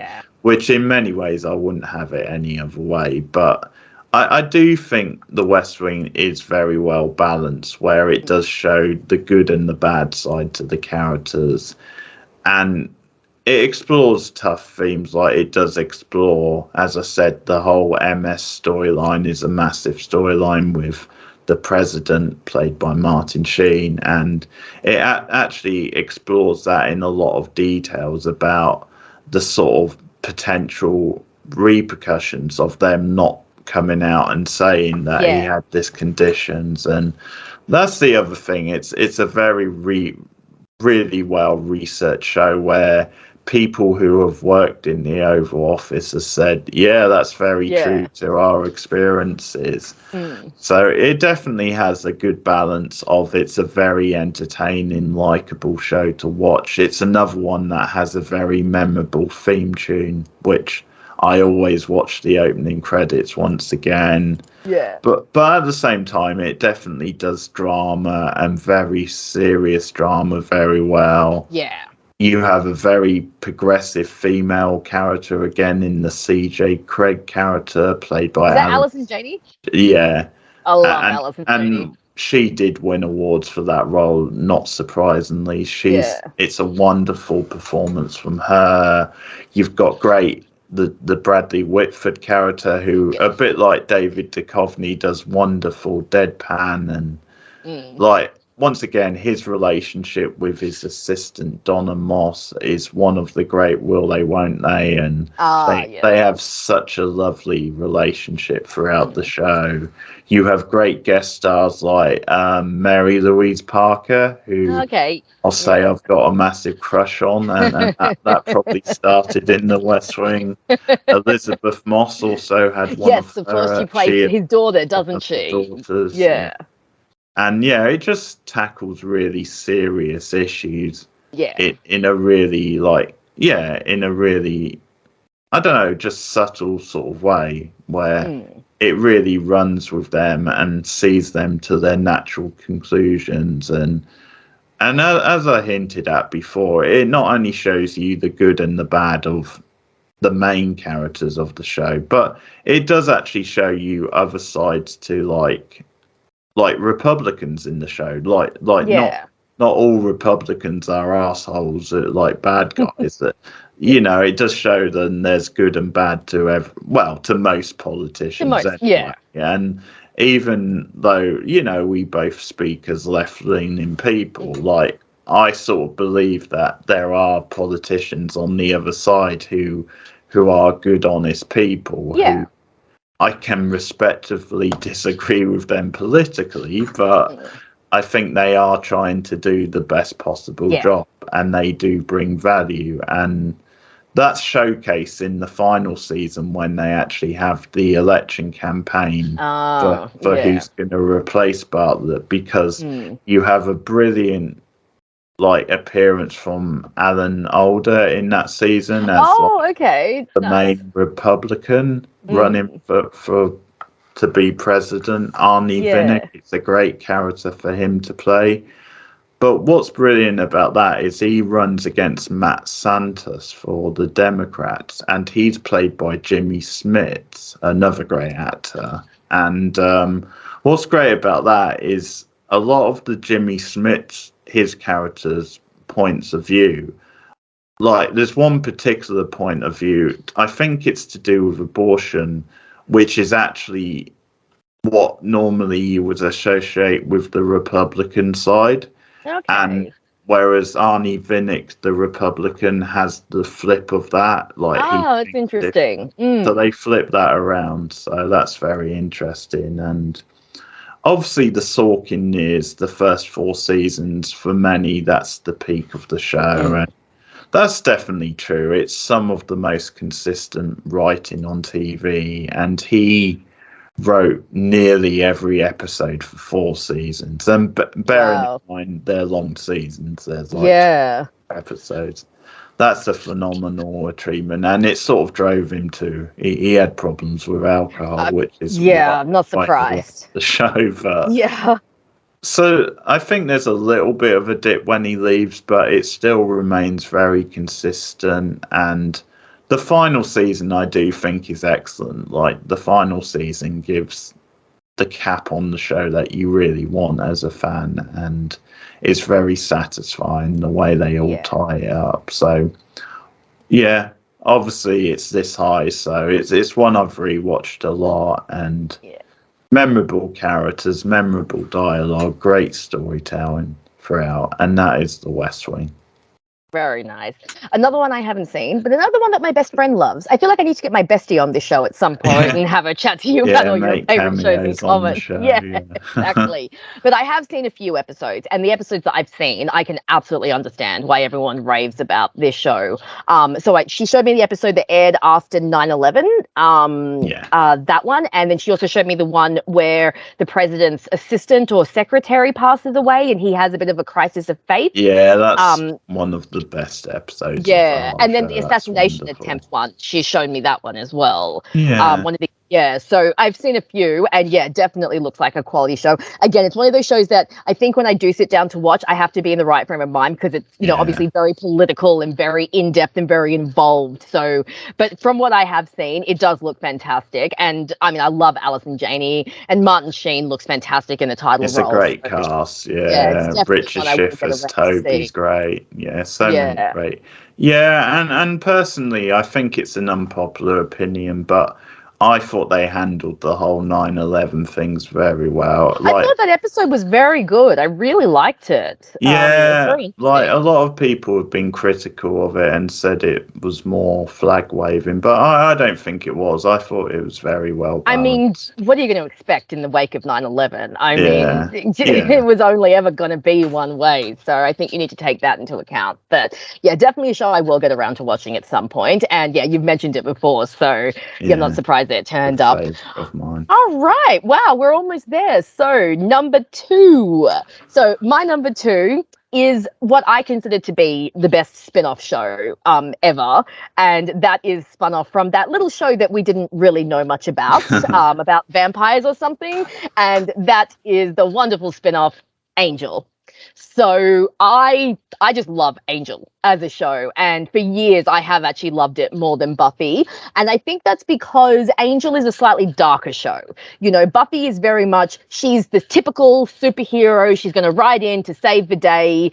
You know, it lives in quite a black and white kind of, you know, good and bad world. Whereas Angel is a noir show. You know, our main hero is a vampire. So right there and then you've got, you know, a bit of the moral grayness. Obviously, you know, he's struggling to keep his vampire side in check. But I love that Angel took this character who was maybe not the best developed on Buffy, was maybe just there to be Buffy's love interest, and turned him into this wonderfully rich three-dimensional character. And I think David had a lot more to do on Angel than he did on Buffy, and really made that character into someone so likable and so endearing. And look, I actually think that Angel gets more development on Buffy than people give him credit for, but it's definitely, you know, he's not the character that he is on Angel, and he doesn't get that development. And I don't think he would have gotten that opportunity for development if he'd stayed on Buffy, because he was very much there to be Buffy's love interest, you know.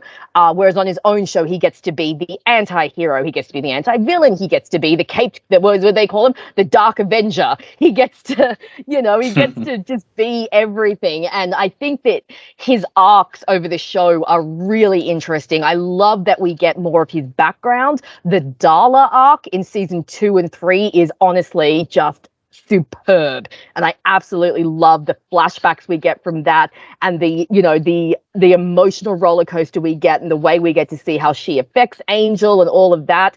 It's another one that we talked about. We've talked about it in this list.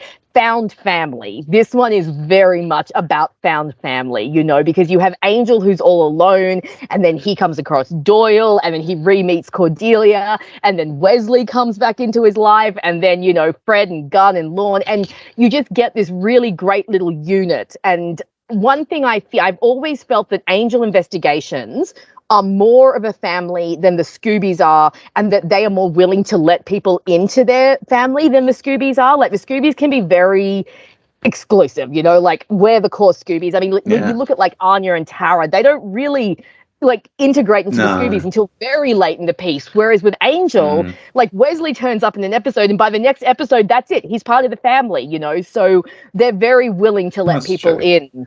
I think Angel, obviously, it doesn't have the same kind of big bads that Buffy does per season, but I do like the overall hanging of Wolfram and Hart. I think Wolfram and Hart are a really great concept, this evil law firm that has existed since before time. I mean, Illyria mentions knowing them, you know, this ancient god remembers the Wolfram and Hart. And obviously you get great characters like Lindsay, and of course Lila Morgan, who is just the baddest bitch and is absolutely amazing. And I do like that Angel takes other characters that were on Buffy and expands them. Cordelia Chase, I mean, before season 3 and the character assassination, but seasons 1 and 2, Cordy is fantastic. Wesley, I talked about this in our Buffy season 3 review, but I so often forget that he's not an original Angel character, because, like, I always forget that he originated on Buffy, because he's just such a great character on Angel. Charles Gunn, my beloved, deserved so much better, but great actor. And J. August Richards is just fantastic. And of course, Winifred Burkle, who is just like an angel. And I just, everything about like the series Angel I love. Now, I know that it has some spectacular lows. I mean, season 4 is kind of a hot mess, but I think aside from season 4, and even season 4 makes sense in context, it's just we don't like what's playing out on screen. But I just think that Angel is such a tightly written show, and because it only ran for 5 seasons, it didn't get that chance to really derail, because I think that season 5 rectified season 4, and Not Fade Away is one of my favorite finales ever. I think it is just one of the most perfect series finales in existence. And also, here's a little going up on a character that I don't usually like, Spike on Angel. Angel season 5 Spike, probably my favorite, the only iteration of Spike that I genuinely love, because I think he gets really good growth on Angel season 5. Yeah. Are you joking? No, Spike on Angel season 5. You just said the other day when we reviewed Buffy season 4, you really liked that Spike, and on you also Buffy, said you like season 2 Spike. I don't mind season 2 Spike, but Spike on Angel season 5, like, just gets the development that he does not get on Buffy season 7, and they actually, do some decent things with this character that actually give him growth and altruism, and who knew? But we'll talk about that when we eventually get to Angel. That's a ridiculous opinion. No, it's not. He Spike goes on one hell of Angel. a character arc on Buffy. Does he? Does he really, Well, though? of course he does. The character in season 5 and later seasons is very different from the character in season 2. No, he's basically the same. He's just obsessed with a different girl. He's not. We'll discuss this when we get to Buffy seasons 5, 6, and 7. But no, Angel as a show, I think, just really took what they'd already built on Buffy and just really expanded that. And again, I think if you look at the two shows together, like you were saying, it expands the universe. It makes the universe richer. It makes a lot of the characters richer. And I do like, that they do have quite a few crossovers between the shows where we actually get to see that they are still kind of existing in the same universe. And I love Willow's appearances in like season 4 and stuff like that. It's just a lot of fun. So yeah, Angel actually was my favorite show for a while. And I mean, sometimes I might still say it's like my favorite show because I just really connected with this show and thought it was just such a great spin-off. And I really love it only has 5 seasons because, like I said, it doesn't really get the chance to derail too badly. I just get to remember it as a fairly fantastic show. So that's my number 2. The Buffy spin-off, Angel. Okay. I still think you're trolling me on that last opinion. I can't believe that. No, I think Angel season 5 Spike is the best Spike. Non-villain Spike, obviously. Villain Spike is always pretty good, but non-villain Spike, I think best iteration is season 5 of Angel. Well, you know what's hilarious about that is I sort of have the flip opinion because I think Spike is one of the weakest things about that season because for me it becomes too much like the Angel and Spike show, and I get that.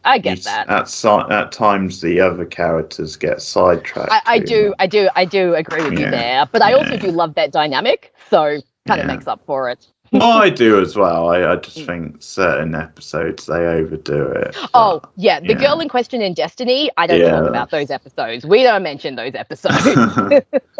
Okay, that's interesting. We've got some interesting Angel discussions in our future then because to be honest, I would say season 1's a slightly weaker season as well. I think a bit like Buffy season 1. Angel took a while to come into its own, I'd say. I don't think it was a great show from the off. I think there's some bumpy patches early on. That's interesting, because I think season 1 is fairly solid, so it will definitely be interesting when we get to reviewing Angel. Yeah, okay. Yeah, interesting stuff. But no, it's a very good show, and I expected it to be there or thereabouts when it comes to your top of your list because I know you really like it. So speaking of shows that we're going to cover, this is a show we're going to be covering very soon, and it is 6 Feet Under. I thought that might be your number 1, so now I'm curious to what your number 1 is. Okay, so, yeah, it's running my number 1 very closely. So this is a show which I have fond memories of, partly because it's a big favourite of my mum's as well. So it's a show that whenever we decide to do a rewatch, we rewatch 6 Feet Under together. And that's cool.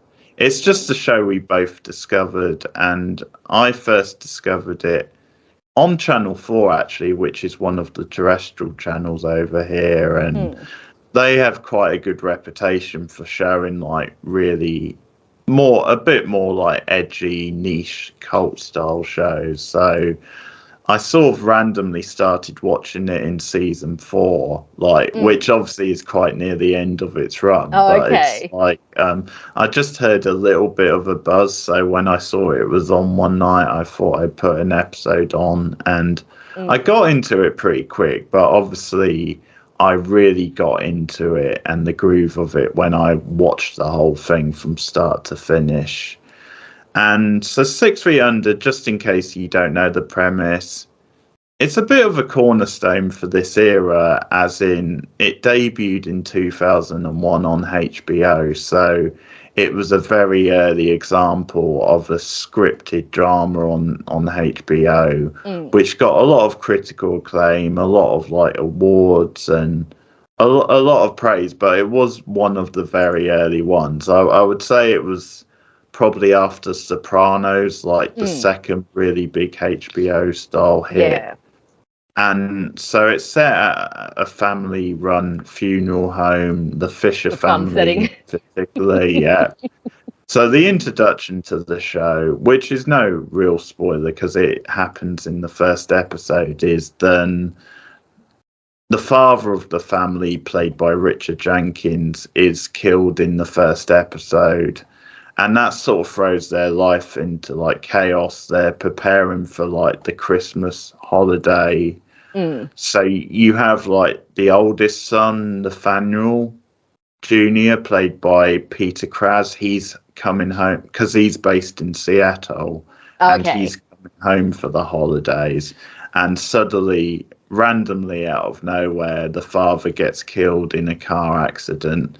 And the nature of his death, which actually has a comedic, sort of a Blacksley comedic feel to it, is a good introduction to some of the stuff that the show does, where every episode opens with a different death. And I remember you saying that. That's kind of a fun way to they do really playful, interesting things with the deaths, where some of them are just so absurdist and they are entertaining. Some of them are a bit like really creative horror movie style deaths.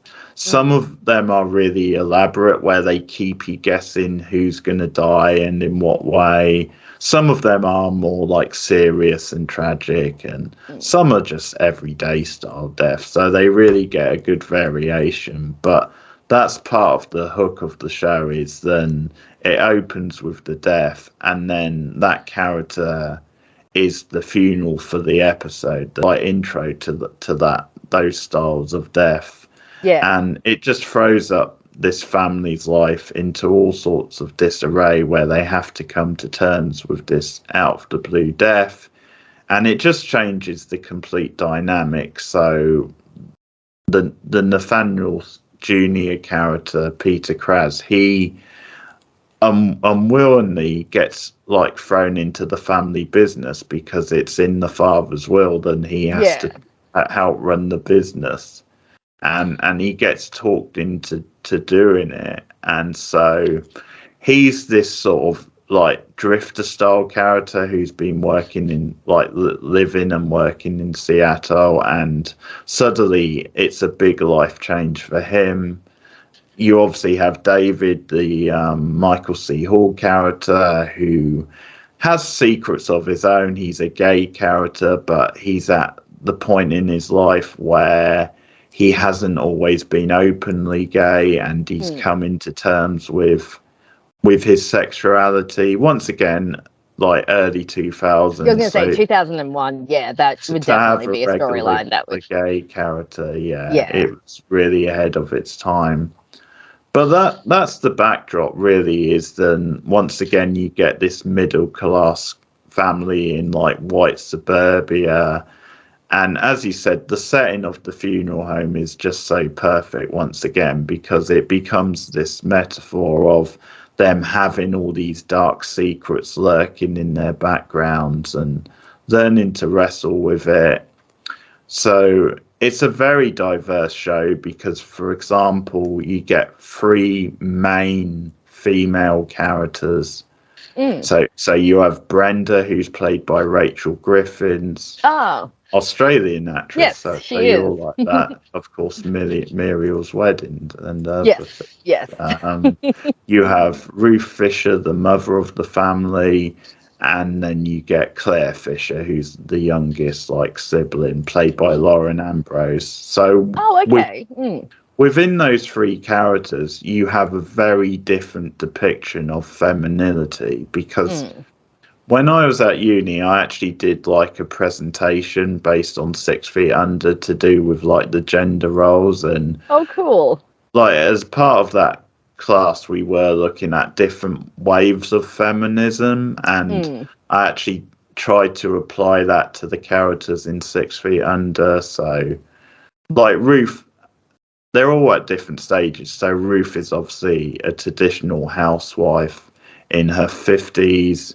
You've got Claire at the other end, like she's 16 at the start of the show. And then you've got Brenda in the middle, like, so she's in her 30s, I think. So you've got 3 different generations, essentially. And so just the way they play around with those different roles, and a very complex mother-daughter relationship with Claire and Ruth, where they just rub each other up the wrong way because they're just so different. And actually Claire, you know, I'll say her because she's in many ways the cornerstone of a lot of the drama, because she basically, I think, is the smartest person on the show, like the character. Like she just seems to have this very cynical, punky edge to her, where she, at times she's too cynical, which is part of her downfall, but at the same time, she's just super smart beyond her years. And that's why it's so frustrating and fascinating to watch her ups and downs, where at times she gets with a series of really dodgy guys. She hangs around with people who you would never expect her to hang around with. And it actually makes her a much more interesting character as a result, because 6 Feet Under, I think, is a very realistic show. I think it is very true to life. And that sort of strikes me as something that happens a lot in life, where people just hang around with people who you would never expect them to be friends. Or they'll get in a relationship with a person you never think, they're just totally wrong for each other. They have nothing in common. What were they thinking? And that's sort of the roller coaster you have with Claire. So just as a coming of age arc for that character, I think it's really satisfying. Lauren Ambrose does a great job in the role. She has some great dialogue, some great observations, and I think there's just this honesty to the dialogue and the characters in 6 Feet Under, where it feels very blunt at times. Like, I think people just say it how it is and how it is in real life.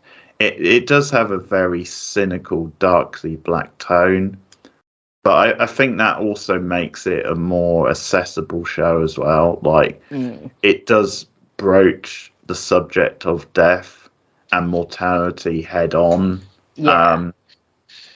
I guess we'll get more into themes when I talk about, when we review it, but I think also it is a depiction of the downfall of, like, the American dream. I think that is a sub-theme in the show, and that's something it shares with Sopranos, but Sopranos obviously does it in a very different way. But 6 Feet Under is a phenomenal show. The casting is perfect. There's a lot of complexities. It tackles really sensitive themes in a very mature way. So, like with David, for example, there's an early funeral of this young guy who's also gay, who he gets killed because he's openly gay in public with his boyfriend. And it deals with how that impacts on David at a time where he's still trying to come out. And a great, like, series of, like, a somber casting. Also Jeremy Sisto's in it. Yes, I remember you saying that. I love, and this is his best ever role, where like he plays a really, like, sinister, sort of disturbing character who has, like, massive mental health issues, and they deal with mental health in a very good way in the show. Oh, that's good. But I think what makes that character is Jeremy Sisto playing him, where he is a very creepy character. He's a very weird, oddball character. But I think Sisto just brings enough of a personality, enough of a charisma to make him interesting to watch, at least. And I'll say it right from the start. Brenda is my favourite character of the show, but I'll be the first to admit she is so frustrating to watch. She is her worst enemy. She screws up so many times, and I think we have some great discussions to have with Brenda and with Nate, her sort of long-running partner on the show, because there's a lot of really interesting, meaty situations with them where you can say, yeah, who's right, who's wrong, because she has a very different upbringing to Nate, and that's why they make such a fascinating pair. I sort of see them as a bit of a destructive relationship where in a way they were always doomed, but then that's what makes them perfect for each other as well. You get really good, as I said, guest stars. So Kathy Bates is in it. She has a splatter of appearances. Patricia Clarkson's in it. Catherine O'Hara from the Home Alone. She's in it. She's absolutely hilarious. Lily Taylor has a run in season 3. I mean that's all I'll say, because I don't want to spoil too much. But as I said to you before, I think it only goes from strength to strength, where season 1's very solid, but I think from season 2 onwards, the show comes into its own because of the way, partly how the funerals have themes like biker funerals, or you get a tradition like Thai funeral as well. Oh, okay, yeah. To respect the family, they have to like do all the arrangements, and there's a funeral where they have like an opera singer because the person who has died was big into opera, so it just adds a lot of flavour to those episodes. And I think from season 2 onwards, it just becomes more about the impact on the characters that the funeral have. Rather than it just being this standalone thing with the funeral, where maybe there's not that much than it relates to the characters through. So but it's a very well written show, a very consistent show, many highs and lows. Again, it has a very good theme and intro to the show, like, which again was quite ahead of its time on TV. And every time I watch the finale, I get so emotional. I sort of tear up every time. And it is the perfect finale for that show. Anyone who watches it all the way through or just agree, like, it just nails the ending to that show.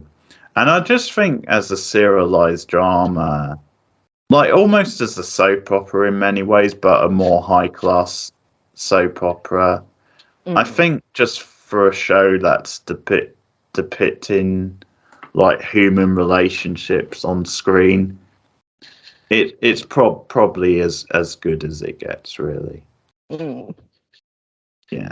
Very good. Well, like you said, we will at some point be watching this, but I thought this would be your number 1, so now I'm wondering if I might know what your number 1 will be instead, but I could be very wrong. But I really thought this was going to be at number 1 for you, because I know how much you love it and you've spoken about it before. So that's interesting. But yes, it'll be interesting when we start to watch it. And how many seasons are there all up? 5. Okay. Yeah. Okay. So it ran for a decent amount of time. So number 1. So you're probably going to have a bit of a laugh and a scoff at me when I do list my number 1, because it's not the best made TV show, you know, or the most intelligent or intellectual TV show. But the reason it's number 1 for me is a combination of nostalgia, comfort. It has one of my favorite characters of all time, if not my favorite character of all time. And I think the characterization is really good. And it's just one of those shows that I return to again and again and again to watch. And it is the original 90s Charmed. Yeah. So yes, I look, knew it was Charmed was. No one's ever going to say that Charmed is the most intelligent or intellectual show out there. But what I think Charmed, the original one, did very well is I think that all four sisters are fantastic characters. And at least the first 5 seasons of the show are at least, at the very least, very enjoyable. And, you know, a very easy watch. Prue Halliwell is like possibly my favorite character of all time. She is such a fantastic character. Shannon Doherty is so good in the role, and Prue is a character that I relate to so much because we are so alike. And I definitely identify with her older sister stance and, you know, having to learn to see your younger siblings as opposed to like extended children. The fact that she's often called bossy and dominant and stuff like that and controlling, I get that a lot as well. And I just love Prue. But I also think the other sisters are fantastic. Piper, Phoebe, and Paige are all great characters in their own right. And I think they got a group of actresses who, whatever was going on behind the scenes, regardless, they had such great chemistry on screen. You really feel like these three are sisters. And then I think when they integrate Paige in, they actually do it in such a way that it just works really seamlessly. I also think that Charmed sometimes can be fun to watch because it's not a hugely involved show. You know, you don't have to sit down and get massively involved with the storylines and get really bogged down by the, you know, the plots or whatever. I like its Monster of the Week format. I think it works best when it's doing the Monster of the Week format and, you know, the girls are meeting different innocents and learning about themselves and helping the innocents of the week. I also think it does character arcs really well, at least until season 5. The last 3 seasons are, quite frankly, a bit of a mess. They start to introduce way too many plot points and too many new characters, and it just doesn't work. But the first 5 seasons, I think the character arcs and the character growth in those seasons is really good. I mean, I have videos on every single sister on my channel, and I have enough material to analyze that. And I actually think that it's got a real warmth to it, Charmed. Like, it feels very natural and very genuine, and you really feel the love between these sisters. And I think that for those first 5 seasons, when the show actually concentrates on the sisters and their relationships, that's where it's at its strongest. And that's why I think the last 3 seasons kind of fail. Like, I've seen other people say this, and it's very true. Charmed started as a show about sisters who happen to be witches, and it turned into a show about witches who happen to be sisters. And that reversal just didn't work. But I think those first 5 seasons are just so much fun. It also has a plethora of actors that went on to be much more recognized later on. You know, you have Amy Adams, you have Billy Zane, you have Zachary Quinto, you have Misha Collins, you have John Cho, you've got like Kaylee Cuoco, Danielle Harris, like all of these actors and actresses that just turned up on this show. And like a lot of the individual characters and the one-off characters are also really fun. And again, it's right up my alley. It's a supernatural show. It's a show about witches. It's a female-driven show. It was the longest-running female-led show on a network TV until Desperate Housewives came along and now ties for that title. But yeah, I mean, there are people that when I say, you know, I love Charm so much, they'll be like, oh, really? And I on one hand, I do kind of get that because, like I said, it's not the most intelligent show. It's not the most in-depth show. It's not a show that, you know, like Mad Men or Lost that's going to keep you gripped on the edge of your, or anything like that. But like I said, it's very nostalgic for me because I watched it as a teenager and I watched it a bit when it was airing. It reminds me of that kind of 90s era of TV. And it's just, it's a big comfort show for me. And it's a show that I watch so often and rewatch so often because I just love the characters so much. So when I sat down and I tried to figure out what was going to be my number one, I just kept coming back to Charmed because I just love it so much. And it just really hit the mark for me. So while I do understand why people might dismiss it a bit, I do think it is better than people give it credit for. But I understand why some people might not consider it, you know, to be one of the best shows. But for me, I love it so much and I have loved it for so long that for now, it is my number one show. Original Charmed. None of this reboot crap. Yeah, I heard that was pretty bad. Terrible. Yeah, but the OG Charmed, that's my number one. So there we go. Okay. Well, that makes a lot of sense. People who have watched us for a while now or won't be surprised, and they'll know why you've gone with Charmed, and that's fair enough. It means a lot to you as a show, a lot of nostalgia, and I have a certain nostalgia for it. I think I've mentioned this before. Then Shannon Doherty was my first major crush, or at least on TV. So approve. I definitely approve of that. Yeah, she's really good as Prue, and you're right. As a Monster of the Week style show, especially in the early seasons, it does have some quote unquote charm to it, and it's quite a fun little show. Just as you said, a lighter watch. A little bit of a guilty pleasure style show. Yeah. So that's Charmed. So that's fair enough. Okay. I think it was out of that an Angel. I thought for your number one. I thought that very early on. Yeah, those two are definitely interchangeable at times because I didn't love both so much. That's fair. Okay, well, I'll just say, actually, because it's something you mentioned before, but it's an honourable mention, that's Stranger Things, so that's not my number one. No, it's not. That's so bizarre. Not I thought it would actually be on your list. Okay. You'll wait till it finishes and then see how it ends. I think that's what it is. And fair enough. Yeah, I can definitely see it being on this list when it finishes, and after I rewatched it.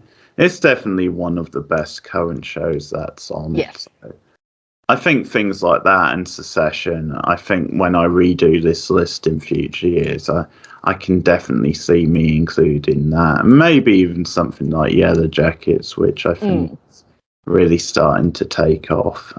So, yeah, some maybe honourable mentions there. But my number one...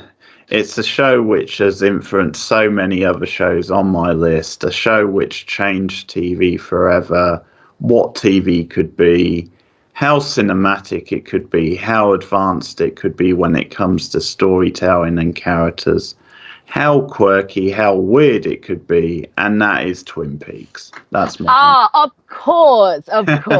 Absolutely, yes. so this makes a lot of sense. It influenced things like the X-Files, that's also in my top 10. Mm-hmm. Even 6 Feet Under a little bit, I can see some influence from Twin Peaks on that. Also Veronica Buffy, Veronica Mars, Desperate Housewives, big influence on that. So it influenced so much TV that we've had since. And I'll just keep it short and simple. David Lynch is my favourite director in the whole world. So it makes sense then his landmark show would be my favourite show of all time. And it just holds up. It was a phenomenon. It was an unexpected hit, which is one of the great things about it, because nobody expected it to break through to the mainstream. And it literally did break through to people who weren't Lynch fans, and that's part of the phenomenon. And part of it might be that some of those people didn't quite understand what I was doing, and part of it might be that just for whatever reason, it just captured the imagination. But it did take this genre of like the daytime soap genre and just prestige it, but also take elements of it which if you watch any other soap would just be cheesy and not be much to it, and actually run with it and do something, and where there's a lot of ideas, a lot of playful pastiches, not just to the daytime soap, because there's a running theme in the original show where they have their own fictional soap which the characters watch, which is called Invitation to Love type thing. So that's like a fun sort of like prestige of daytime soaps, and the way it impacts on the characters' lives, but also the procedural and the murder mystery on TV. So it actually took almost like from Dallas, the Who Shot JR plot from Dallas. I remember that. It sort of took that and actually made it into something really compelling and a mystery like we'd never had on TV, and maybe we haven't had anything of it since. once again, with Lynch, he's playing with a lot of themes to do with duality. He's playing with a lot of themes to do with the darkness lurking under the pretty prestige of Yes, he does love neighborhood. that. Yes. Just the fact that Laura Palmer is a very attractive homecoming queen who, on the surface of it, has the perfect life, but underneath is just going through so much trauma and so much teenage angst. And so the fact that the show starts with her body being found and that very famous opening and the line, "She's dead," wrapped in plastic when they find the body. And then it just goes from there in exploring the different characters around the town, how each one of them has a connection to Laura Palmer and the mystery of what exactly happened. And ultimately, when you see the show and when you see the spin-off movie, you sort of see this very tragic human tale of this seemingly perfect girl who ultimately had to die. She had to die to get her release, to regain power from the world. So it's a very human, a very tragic tale, but it has the perfect blend of Lynch's eccentric mind and his madcap ideas, and just how he can make things so haunting and stylistic, how he can pull these different genres together and make it into a complete package. Obviously, like the Dale Cooper character played so well by Kyle MacLachlan. He's another throwback character to like a different era, like very influenced by the detectives of like the 1940s, you know, these very sort of straight-laced, very attractive, slightly naive detectives, but also characters that have a lot of ideas, a lot of like kind of wisdom where they think outside the box. A bit similar to Columbo. I've made this comparison before where you sort of think this guy's an absolute idiot who doesn't know what he's doing, but he actually then surprises you. And just watching Twin Peaks, you get like a whole town of characters, a whole universe. That's actually why I don't mind that it's a show which for some people did live past its sell by date, but it actually does set up this whole universe of characters that you can play with and have fun. I mean, the fact that it went into like UFO territory in season 2, I mean, that's just something. I mean, actually, you do have soap operas that do ridiculous storylines like that, which is did you ever watch Passions? kind of hilarious. So that's why it's funny that Lynch tap into that. But obviously, if anybody's going to do a UFO style plot, then David Lynch is your man, really. I think so, yeah. And somehow it all works, and he is the heart and soul of Twin Peaks, and it is sort of like a love letter to like those classic genres like the soap opera and the murder mystery and just different things. And you've just got some of the greatest TV characters, some of the greatest actors ever to appear on the TV show. You've got Piper Laurie, who's a wonderful actress, of course, was in Carrie. She's so well cast, and just so many great actors that have appeared not only in the original 2 series, but also the return, and just had an insane cast of characters as well. And I'm obviously including the return as part of this whole universe because that continued on and did something very different and stay true to Lynch's vision, because that show being as divisive as it was kind of shows, that's something I like. I like the fact that it pissed a lot of people off. A lot of people just wanted a version of 90s Twin Peaks. And he didn't give them, he could have given them that, and it still would have been great, but no, he decided to do a different version of Twin Peaks. And Yeah. he obviously had a bit more money because it was on Showtime, and he just ran with it. And this is a new chapter of Twin Peaks. He was never going to do just a Twin Peaks 2.0 type thing. And sometimes things that are divisive are some of the best things, but the original run of Twin Peaks changed TV forever. And there's some really quotable dialogue along the way, some really haunting scenes, some crazy storylines. Obviously, again, Lynch is the key. So when Lynch went off and made Wild at Heart midway through season 2, legitimately the show went to shit for 5 or 6 episodes because they didn't understand that. They thought they could just do weird shit like David Lynch does, and it would work. But it just came off as like idiotic writing from people who don't know how to do it. And as soon as Lynch returned, it got great again. And I actually think the season 2 finale is even better than the season 1 finale. And I'm really happy with what they did in Twin Peaks: The Return, which I'm looking forward to rewatching altogether. Because actually, The Return adds a lot to the movie. Like, suddenly the movie seems a lot more satisfying because a lot of it ties into The Return. Once again, he's just such a madman because there's a scene in Twin Peaks: The Return.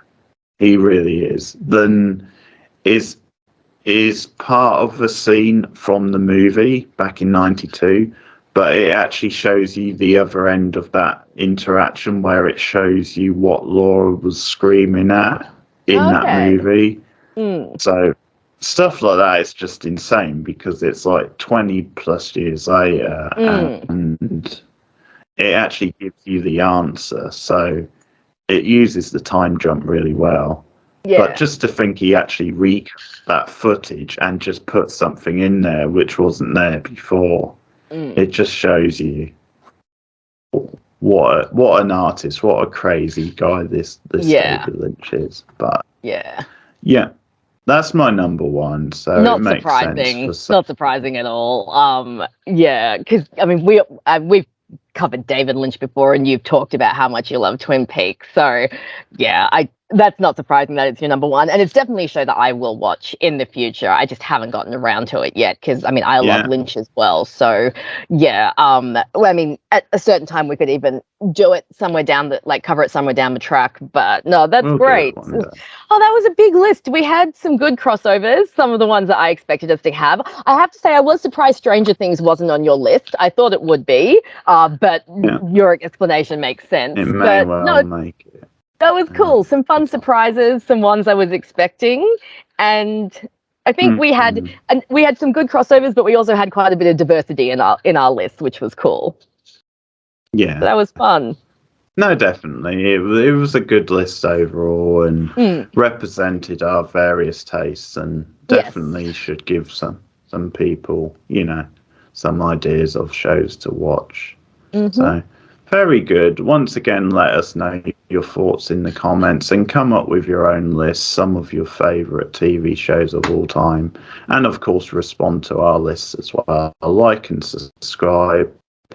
As I said earlier, this list is to mark 1.5 years of us broadcasting together. So you can expect similar lists in the future where we will do like a special long list to mark like an anniversary. So expect more of this sort of stuff on a future video. But Rachel, it's getting late my end, so if you quickly want to plug your channel. Guys, you can follow me, Rachel McDonald, video essays on TV shows and media. Lots of the shows that I've mentioned, I have a lot of videos on. My Tumblr is also linked through my YouTube, and Keith usually puts a link in the description, so come and follow me everywhere. Okay, that's great. Thanks for listening, guys. Keep watching TVs, and we'll see you again soon. Goodbye.